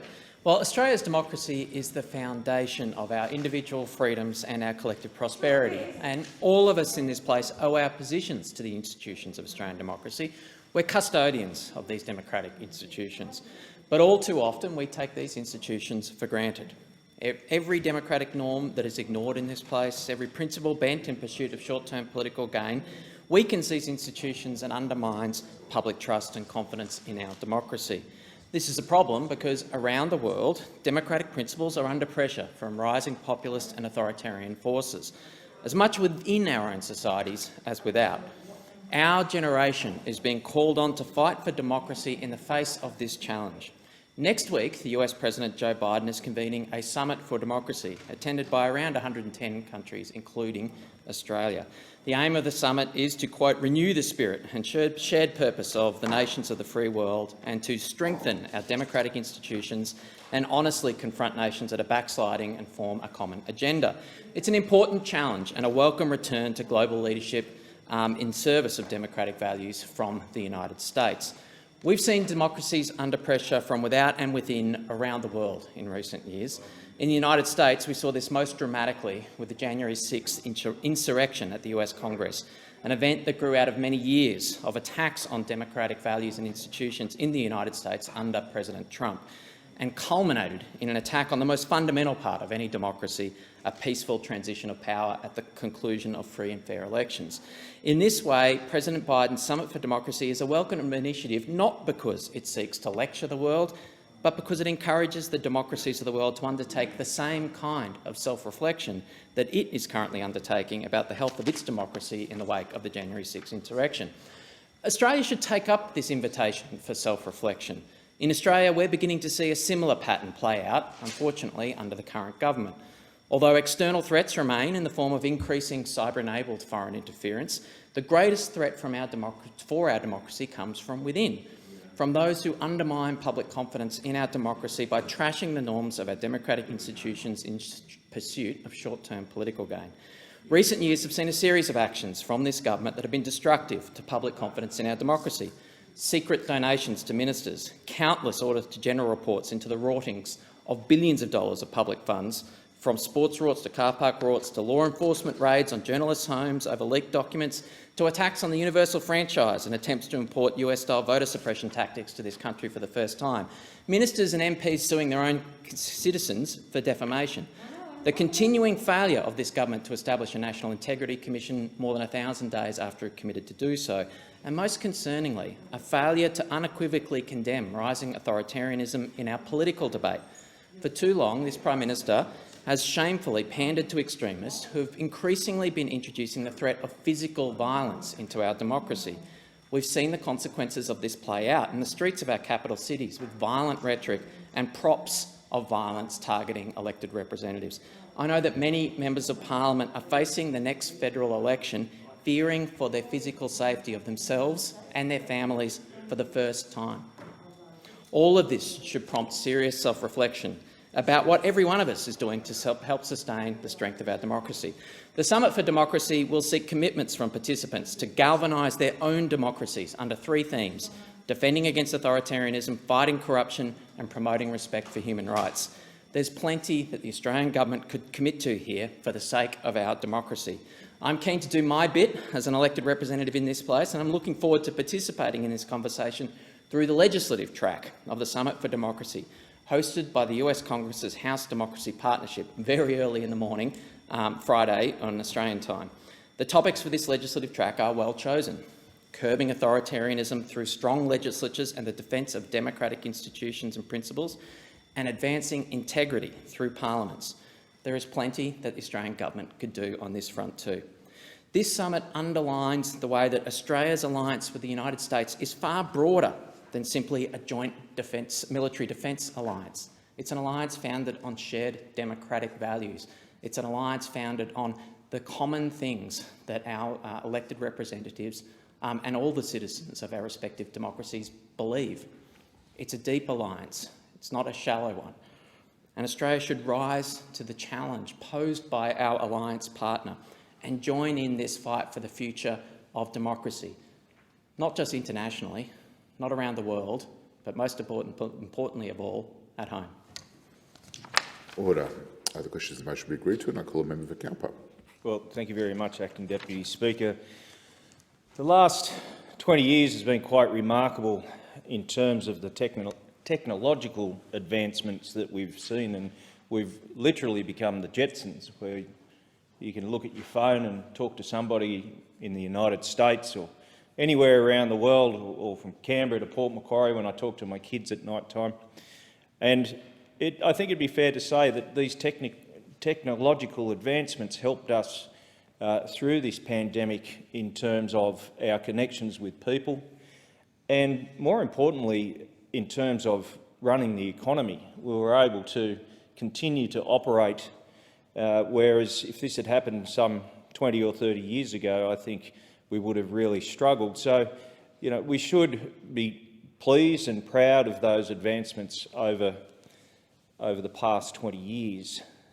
Having said that, with those advancements comes the filthy underbelly and the rancid cesspools of cyberbullying, child grooming, child exploitation, fraud. And it's disappointing that, as humans do, when you discover something good, someone seems to be able to exploit it. It's a little ironic that, I've got kids, most of us here have kids. You spend the best part of your life wrapping them up in cotton wool and ensuring that they're protected. You take them by the hand as you walk them across the street. You ensure that they don't talk to strangers. You do everything you possibly can to protect them. Yet we allow our children to get online without ever giving it a thought what they're actually entering into.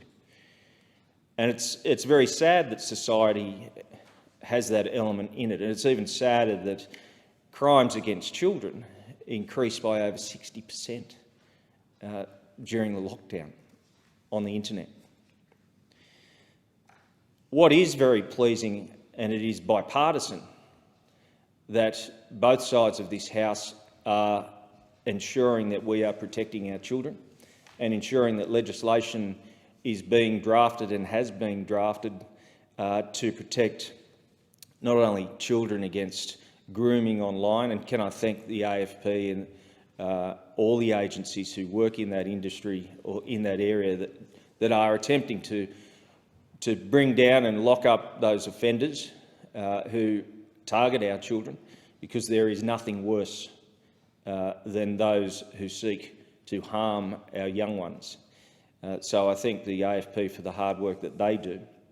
But we are working together to ensure that not only are we looking at online grooming, online exploitation, but also calling out those bullies, calling out those keyboard warriors, and everyone in this place has seen them. Everyone, probably day after day after day, get emails calling us the most offensive things. And without a doubt, everybody in this place is here for the right reasons and is here to better our country. So it is good that we are working together to ensure that we call out these people and make them accountable for the things that they say and things that they do. We've seen examples such as Erin Molan, reduced to tears from a relentless online attacks. Many people in this place, relentless online attacks. So I thank all members of this government for what we have done and what we are doing to ensure that we call these people out. And for those people watching or who see this, I urge you to go and have a look at the E-Commissioner's website to ensure that you know what to do and to get those tips to look after not only yourself, but to look after your children and your friends when these things happen, and they will happen. Whether it's your teenage son or your teenage daughter, or whether it's workplace, they will happen, and you need to know what you can do about it, because it's unacceptable. Technology is a good thing, but unfortunately it comes with that ugly byproduct. So I urge everyone to have a look at the website, and I and the rest of our members will continue to fight for you. Thank you. Order. The question is the motion be agreed to, and I call anyone from... Oh, sorry. I call a member for Griffith, who's larger than life, and I still missed her. Thanks, Mr Deputy Speaker. In recent weeks, I've had the pleasure of visiting a number of local schools to present awards. I visited St Lawrence's College, a Catholic college following Edmund Rice's vision of presence, compassion and liberation by acting justly, loving tenderly and walking humbly with God, where I was able to present the Terry Butler MP Griffith Science Award to Isaac Lagos. I visited Cannon Hill Anglican College, a school that is located amongst beautiful wetlands, educates in the Anglican tradition, where I presented the Terry Butler MP Griffith Science Award to Rebecca Leonard. And I visited Cavendish Road State High, one of the Griffith electorate's largest public schools that teaches philosophy, has outstanding academic results and focuses on sport and instrumental music academies, where I presented the Terry Butler MP Griffith Science Award to Isabella Izzy Holland. I'm also lucky enough to be attending some Year 6 graduations. Last night I attended the awards night at St Peter and Paul's Catholic School, where I presented the Leadership Award to Emma Fraser and Caitlin Smith. And this week I'll be going to my own daughter's grade 6 graduation at one of our local public schools. Let me also take this opportunity to acknowledge the following recipients of my local sponsored awards. We can keep the chatter down a little bit. Most of which are but not all of which are in recognition of achievement in science. At Balmoral State High School, Estelle Tonkin-Farr. St Oliver Plunkett, Maddie Primrose and Lily Black. Cannon Hill Anglican College Primary, Amelia Moss. Loretto, Andrea Browers. Seton College, Gavin Angus Johnson. San Sisto, Laurel Harrison. Cooperoo Secondary College, Muriel Mingoa. Whites Hill College, Ethan Fegan. Brisbane School of Distance Education, Hilary Earle. Narbathong Special School, Hannah Fisher. St Joseph's, Grace Bowden. Brisbane South State Secondary College, Hugo Craig, and Somerville House's Annabelle Grosser. Annabelle has written me a beautiful thank you letter in which she tells me she hopes to study medicine or science at university and that she wants to use science to help people. Camp Hill has also announced their recipient, and there's a lot of further recipients to come. I'm looking forward to hearing about the recipients of awards that I've sponsored at East Brisbane State School, Dutton Park State School, Buranda State School, Norman Park, Greenslopes, Holland Park, Cooperoo, Seville Road, St James, Villanova College, Carina State School, Brisbane State High, Mayfield State School, Mount Gravatt, as well, Lewis Hill College, Cannon Hill State School, Bulimba State School, Seven Hills, Morningside and San Sisto. The schools show some of the diversity of education available in our local area, with parents being able to pursue independent, Catholic or public education. Whichever path is taken, all children should have the opportunities that come with access to a good education.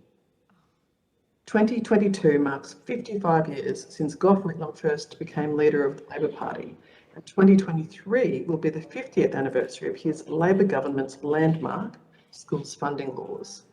One of Gough's enduring legacies was to establish Commonwealth funding for government, Catholic and independent schools on the basis of need. He said the choice for parents should be between systems and philosophies of education, not between standards and opportunities. And in 1983, Bob Hawke said, if all Australian children are to enjoy equal educational opportunities, the funding of all schools, government and non-government, must be based on fairness and need. In the 1980s and 90s, Labor oversaw improved school funding and a rapid and dramatic increase in high school completions.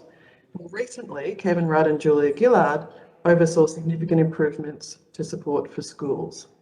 Today, Labor's national platform restates our commitment to school funding, noting that it is unacceptable for anyone to miss out on developing their potential because of class, geography, disability, or poor quality schooling. Recently, public school teachers have launched a new campaign for schools funding called Every School, Every Child. Labor is proud to support that campaign. Like parents and teachers around Australia, we want to see more support for public schools. And I'm also proud that Labor supports genuine parent choice. Troy and I have chosen wonderful public schools for our children. Genuine choice employs making sure that no one system or school is a poor cousin to any of its counterparts. That means funding for all schools from all sectors. The Liberals, Nationals and Greens have all pursued funding cuts and freezes to schools. I don't support that. I want to see every school a terrific school for our future. Order. The member for Monash on indulgence.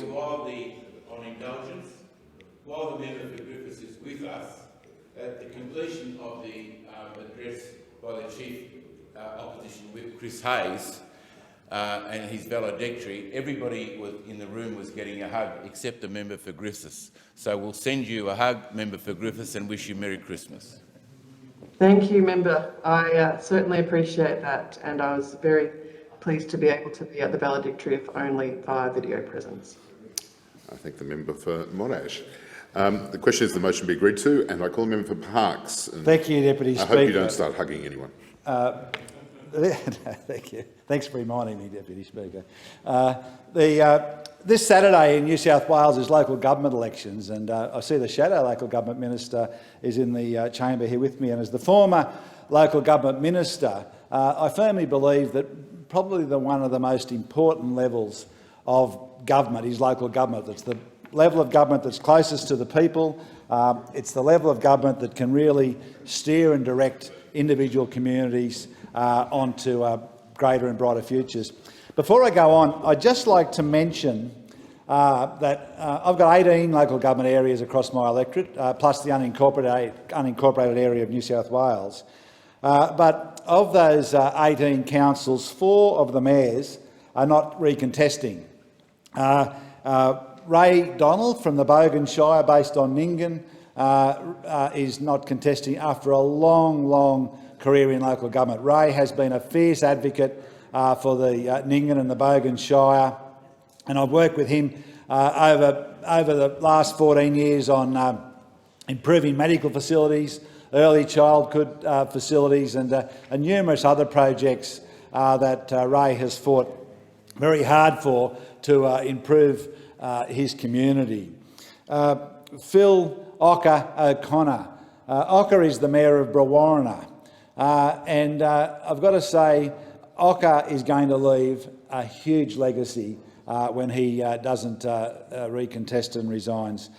Brewarrina Shire has a council that reflects their community. 80% of the employees on Brewarrina Shire are Aboriginal people, including directors, including the General Manager. And Ocker has firmly believed that he needs to support his own community. So as we speak today, there are local people employed building roads right across his shire rather than bring in contractors from the outside. He's done an enormous job for Bree and Gadooga and the areas of his large shire in the northern part of New South Wales. Katrina Humphries, lifelong friend of mine, has been the Mayor of Moree for pretty well the whole time that I've been a Member of Parliament. And Katrina is incredibly passionate for her community. She's a staunch fighter for her community. And while Moree has the moniker of being the wealthiest agricultural shire in Australia, Katrina's embracing of the Inland Rail, the Special Activation Precinct, we are going to see Moree become an even greater economic powerhouse with further economic developments based on the Inland Rail, and Katrina's support has been for that. Stephen Lawrence, the Mayor of Dubbo. While Stephen hasn't been Mayor for a very long time, he's shown strong leadership in the recent pandemic. Dubbo had over 1,000, at one stage over 1,000 infections of COVID-19, and Stephen showed very, very good, strong leadership to get his community through that pandemic that could have been a much worse scenario than it was. And so those four mayors go with my blessings and my good wishes, and what comes next for them, I wish them all the best. Mr Deputy Speaker, it's important that when people go on Saturday to vote in the council elections, that they vote for people for positive reasons, that they vote for candidates that have a vision. They vote for candidates that have life experience. They vote for candidates that are going to lead and drive their communities into the future. Local government should not be a place to settle scores. Local government, I believe, should not be a place for party politics. I know it is in places, but I think it works better when party politics are not involved in local government. But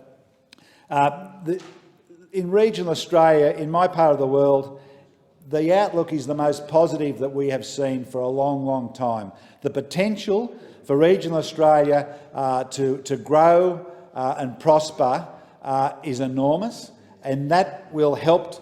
That goal will be maintained if each individual council is working collaboratively and positively towards a future that's going to secure the growth of their communities. Thank you, Mr Deputy Speaker. I call the member for Bendigo. Thank you, Deputy Speaker. Many in this place are rising today, the last sitting day, to have their reflections of the year, to wish their electorates and their communities a Merry Christmas. And I'd like to do the same. But I also want to acknowledge that this year, like last year, has been just as tough. And as many would say in my electorate, in fact, 2021 has been harder than 2020.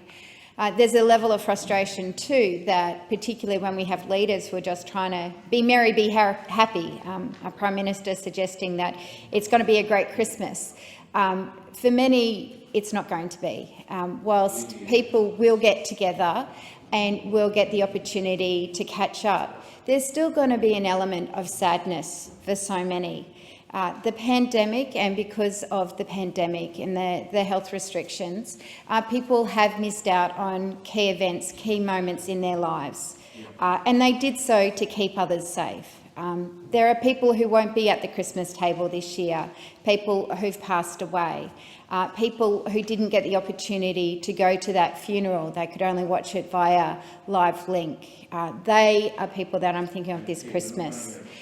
There are people as well in our community who will be meeting grandchildren, who will be meeting nieces and nephews for the first time, children who've been born in 2021, who might have relatives interstate, who might have relatives even in Melbourne, who haven't been able to meet grandchildren, nieces and nephews until now.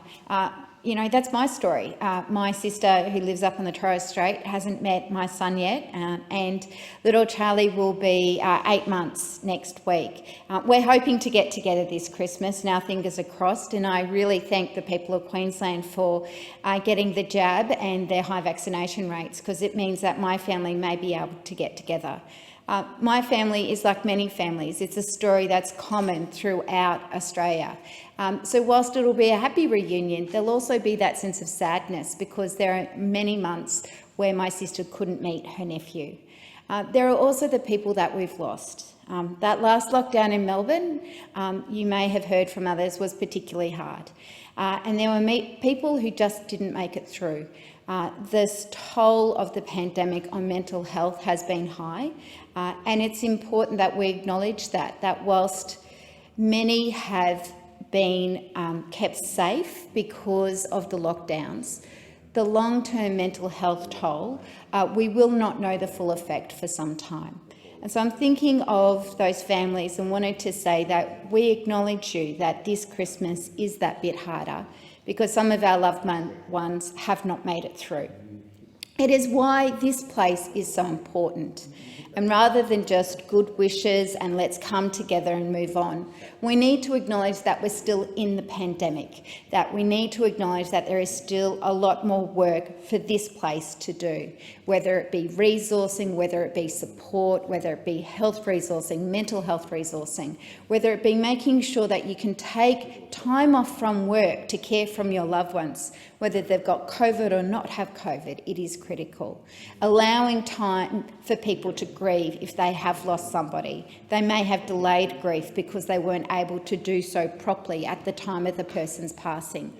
It's a time where we really need compassion and understanding, not celebrations on Freedom Days, not celebrations like we've got, you know, like the Prime Minister's trying to suggest, but there needs to be a level of empathy. I also wanted to give a shout out to those in my community who are still in isolation. Despite people thinking that pandemic is over, it is not. The biggest COVID cluster at the moment is in my electorate. It's the Holy Rosary Primary School. As you know, primary school children still are not eligible for the vaccine. 0 to 5 are still not eligible for the vaccine. So whilst we still have our littlest Australians who can still be exposed to this virus, potentially get very sick, their parents, their school communities, their teachers are still at risk. They have to, of course, isolate with their children, isolate if they've been exposed, isolate if they have the virus. So we still have a long way to go in this pandemic, despite our high vaccination rates. And I urge the Prime Minister and this government to not just simply close the book and say job done. We need to be investing more in our health resources, whether it be mental health or COVID recovery, to ensure that everybody has a safe and prosperous new year. I call the member for Leichhardt. Thank you very much indeed, Mr Deputy Speaker. And to say that Cairns and Far North Queensland tourism industry has been doing it tough recently is certainly an understatement. Given all the challenges that the industry has faced over the last 12 months or more, it's very pleasing to see the Far North Queensland businesses recognise the recent Queensland Tourism Industry Council Awards in Brisbane. Steve and Katrina Edmondson from Sail Away Port Douglas received the Tour and Operators Award in recognition of their world-class sailing and snorkelling adventures in waters off Port Douglas.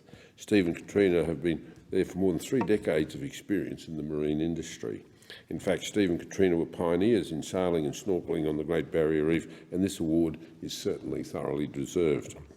Mark and Judy Evans of Paranella Park received the People's Choice Award, Experiences and Services, for their magnificent and historic park at Meena Creek, south of Cairns.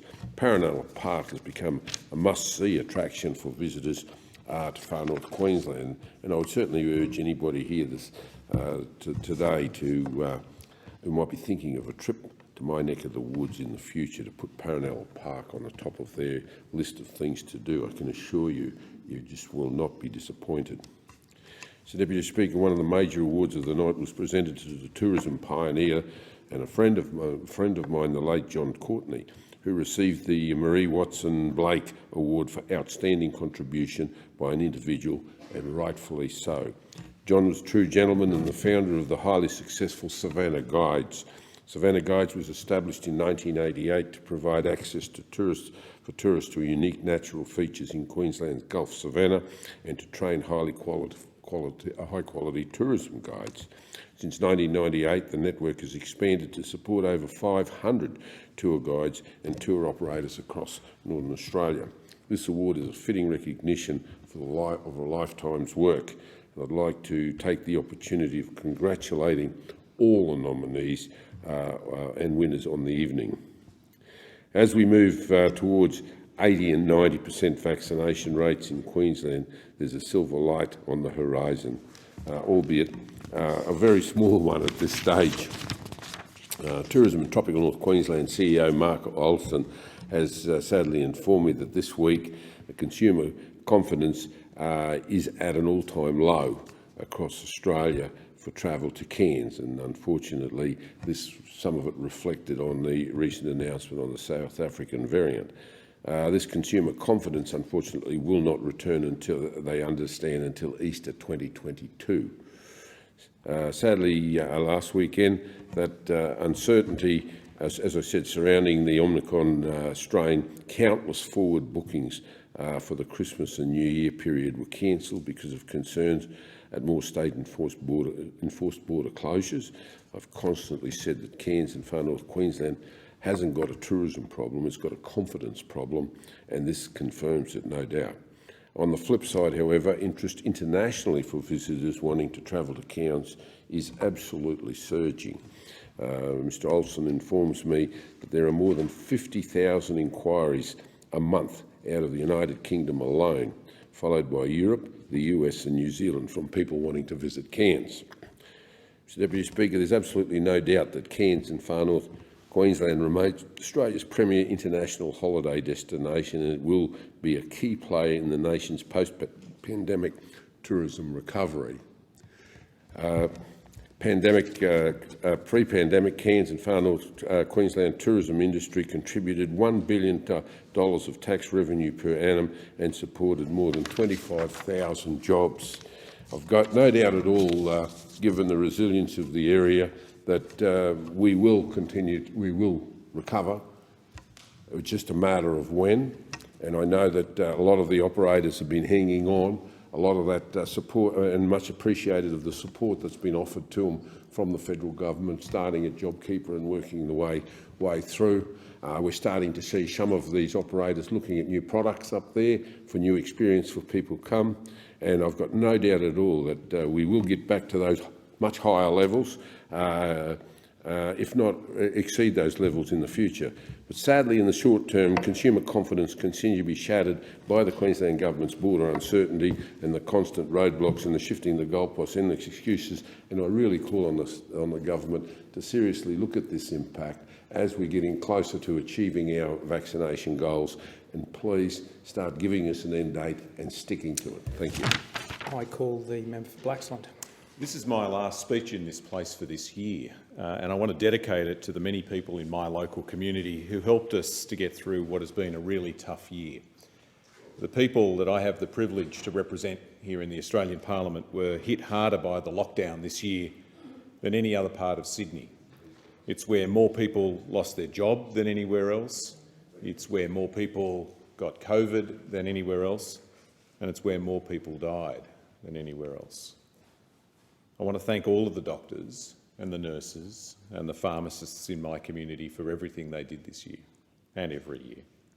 Everyone who works in our hospitals, everyone who worked at that constellation of COVID testing sites right across the city, and everyone who lined up there to get tested. And I want to give a particularly big shout out to my friend Dr. Jamal Rifi. You might have seen Jamal on Australian Story a few months ago. Jamal is one of a kind. He turned his front yard this year into a COVID testing site and set up vaccination clinics right across southwest Sydney. He even set up a drive-through vaccination hub. He and his team have vaccinated more than 32,000 people so far this year. Jamal has vaccinated more than 10,000 people himself, at his surgery, at these clinics, on ships in the harbour and in people's home. There are still doctors that do that. Jamal's one of them. So to Jamal, you're a bloody legend, mate. It is an honour to call you a friend. And thank you so much for everything that you've done and that you continue to do. This weekend, he's unveiling his latest idea. It's an inflatable vaccination clinic at a family fun day in Chester Hill. It's all designed to create a less scary place for little kids to potentially get vaccinated next year. Jamal, by the way, is supposed to be retired. He's bought a camper van. It's in the driveway. He should be travelling around Australia at the moment with his lovely wife Lana, enjoying a well-earned retirement. But he keeps telling me it's not going anywhere at the moment. He tells me that until the pandemic's over, he still has work to do. That's my friend Jamal. He honestly is the best of us. I also want to take this opportunity to thank everyone in my electorate who lined up and got the jab this year. We were the epicentre of the outbreak in Sydney and we were massively exposed. We had lower rates of vaccination at the start of the lockdown than most of the rest of the country. But we turned that around and we now have more than 94% of people who live in my electorate who've had their first vaccination and 91% who are double vaxxed. Some people got vaccinated at the GP, some at the pharmacy, some at those big hubs. Others got vaccinated at the mosque or the church or the local club. The Gallipoli Mosque in Auburn, the Lakemba Mosque, both became vaccination hubs. So did St Charbel's and Our Lady of Lebanon, and Bankstown Sports Club and Bankstown PCYC. Now that really is community in action. These places that are the heart and soul of our local community, when we were locked down and when they were shut down, they opened back up as vaccination hubs. 20,000 people were vaccinated at the sports club alone. I also want to thank everyone who packed a food hamper, everyone who helped a neighbour, everyone who was there on the phone at Lifeline or on 1800 RESPECT when someone needed help. People like the incredible Mariam Marud and Jenny Ashwood and the whole team at the Bankstown Women's Health Centre. And last but not least, I really want to thank all of our teachers and all the mums and dads out there. All the mums and dads who didn't just have to make it through lockdown with their sanity intact, but had the added pressure of homeschooling at the dinner table. And in a community like mine, where English is a second language for so many mums and dads, that's really, really hard. This time, Mr Deputy Speaker, last year, as Parliament wrapped up, we thought we were through the worst of it, and turns out we were wrong. Let's hope today, as we leave this place for Christmas, that is finally true. Merry Christmas, everyone, and a happier New Year. Yeah. I call the member for Fairfax. Thank you very much, Deputy Speaker. And in this, our nation's Parliament, I am proudly the member for Fairfax, named after Ruth Fairfax, a wonderful community leader who founded the Country Women's Association in Queensland, no less, and somebody who truly valued other people and their own contributions. And it's also in Ruth Fairfax's name that I bestow the Fairfax Award on students across my electorate each year. And I want their names to be in the Hansard of our nation's Parliament forever. And so I'm happy to say that the recipient of the Fairfax Award this year from Suncoast Christian College was Louisa Finau. Congratulations, Louisa. Recipients of the Fairfax Award this year from Buderim Mountain State School were Ellie Mudderman and Xavier McFarlane. Congratulations. Recipients of this year's Fairfax Award from Bly State School were Kira Staff, Ethan Ryan, Patrick Smith and Max Glenn. Congratulations.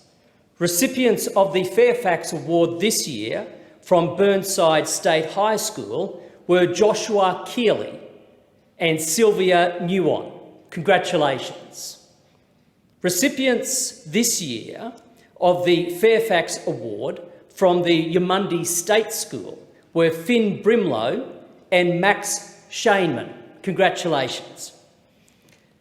The recipient of the Fairfax Award this year from the North Arms State School was May Flood. Congratulations. Recipients of the Fairfax Award this year from the Maroochydore State High School were Jackie Cotelli, Rain Barr, Jade Hodkinson and Emma Adam. Congratulations. Recipients of the Fairfax Award this year from the Mapleton State School were Reese Kelly and Maddie Hawke Atkin. Congratulations. Recipients of the Fairfax Award this year from the Nambour State College were Georgia Rose Kwiatkowski, Ruby Campbell and Josie Foley. Congratulations. The recipient of the Fairfax Award this year from the Sunshine Coast Grammar School was Isabella Powell. Congratulations. Recipients of the Fairfax Award this year from Mountain Creek State High School were Jenna Rushton, Harrison Roberts, Hayden Elliott, Sasha Majima and Kirsty Lamb. Congratulations. The recipient of this year's Fairfax Award from St Andrews Anglican College was Martin Vesley. Congratulations. The recipient of the Fairfax Award this year from the Coolum Beach Christian College was Daniel Brackner. Congratulations. The recipient of this year's Fairfax Award from the Peregian Springs State School was Jake Parks. Congratulations. Recipients of the Fairfax Award this year from the Brightwater State School were Joshua De Beer, Imogen Coleman and Amber Case. Congratulations.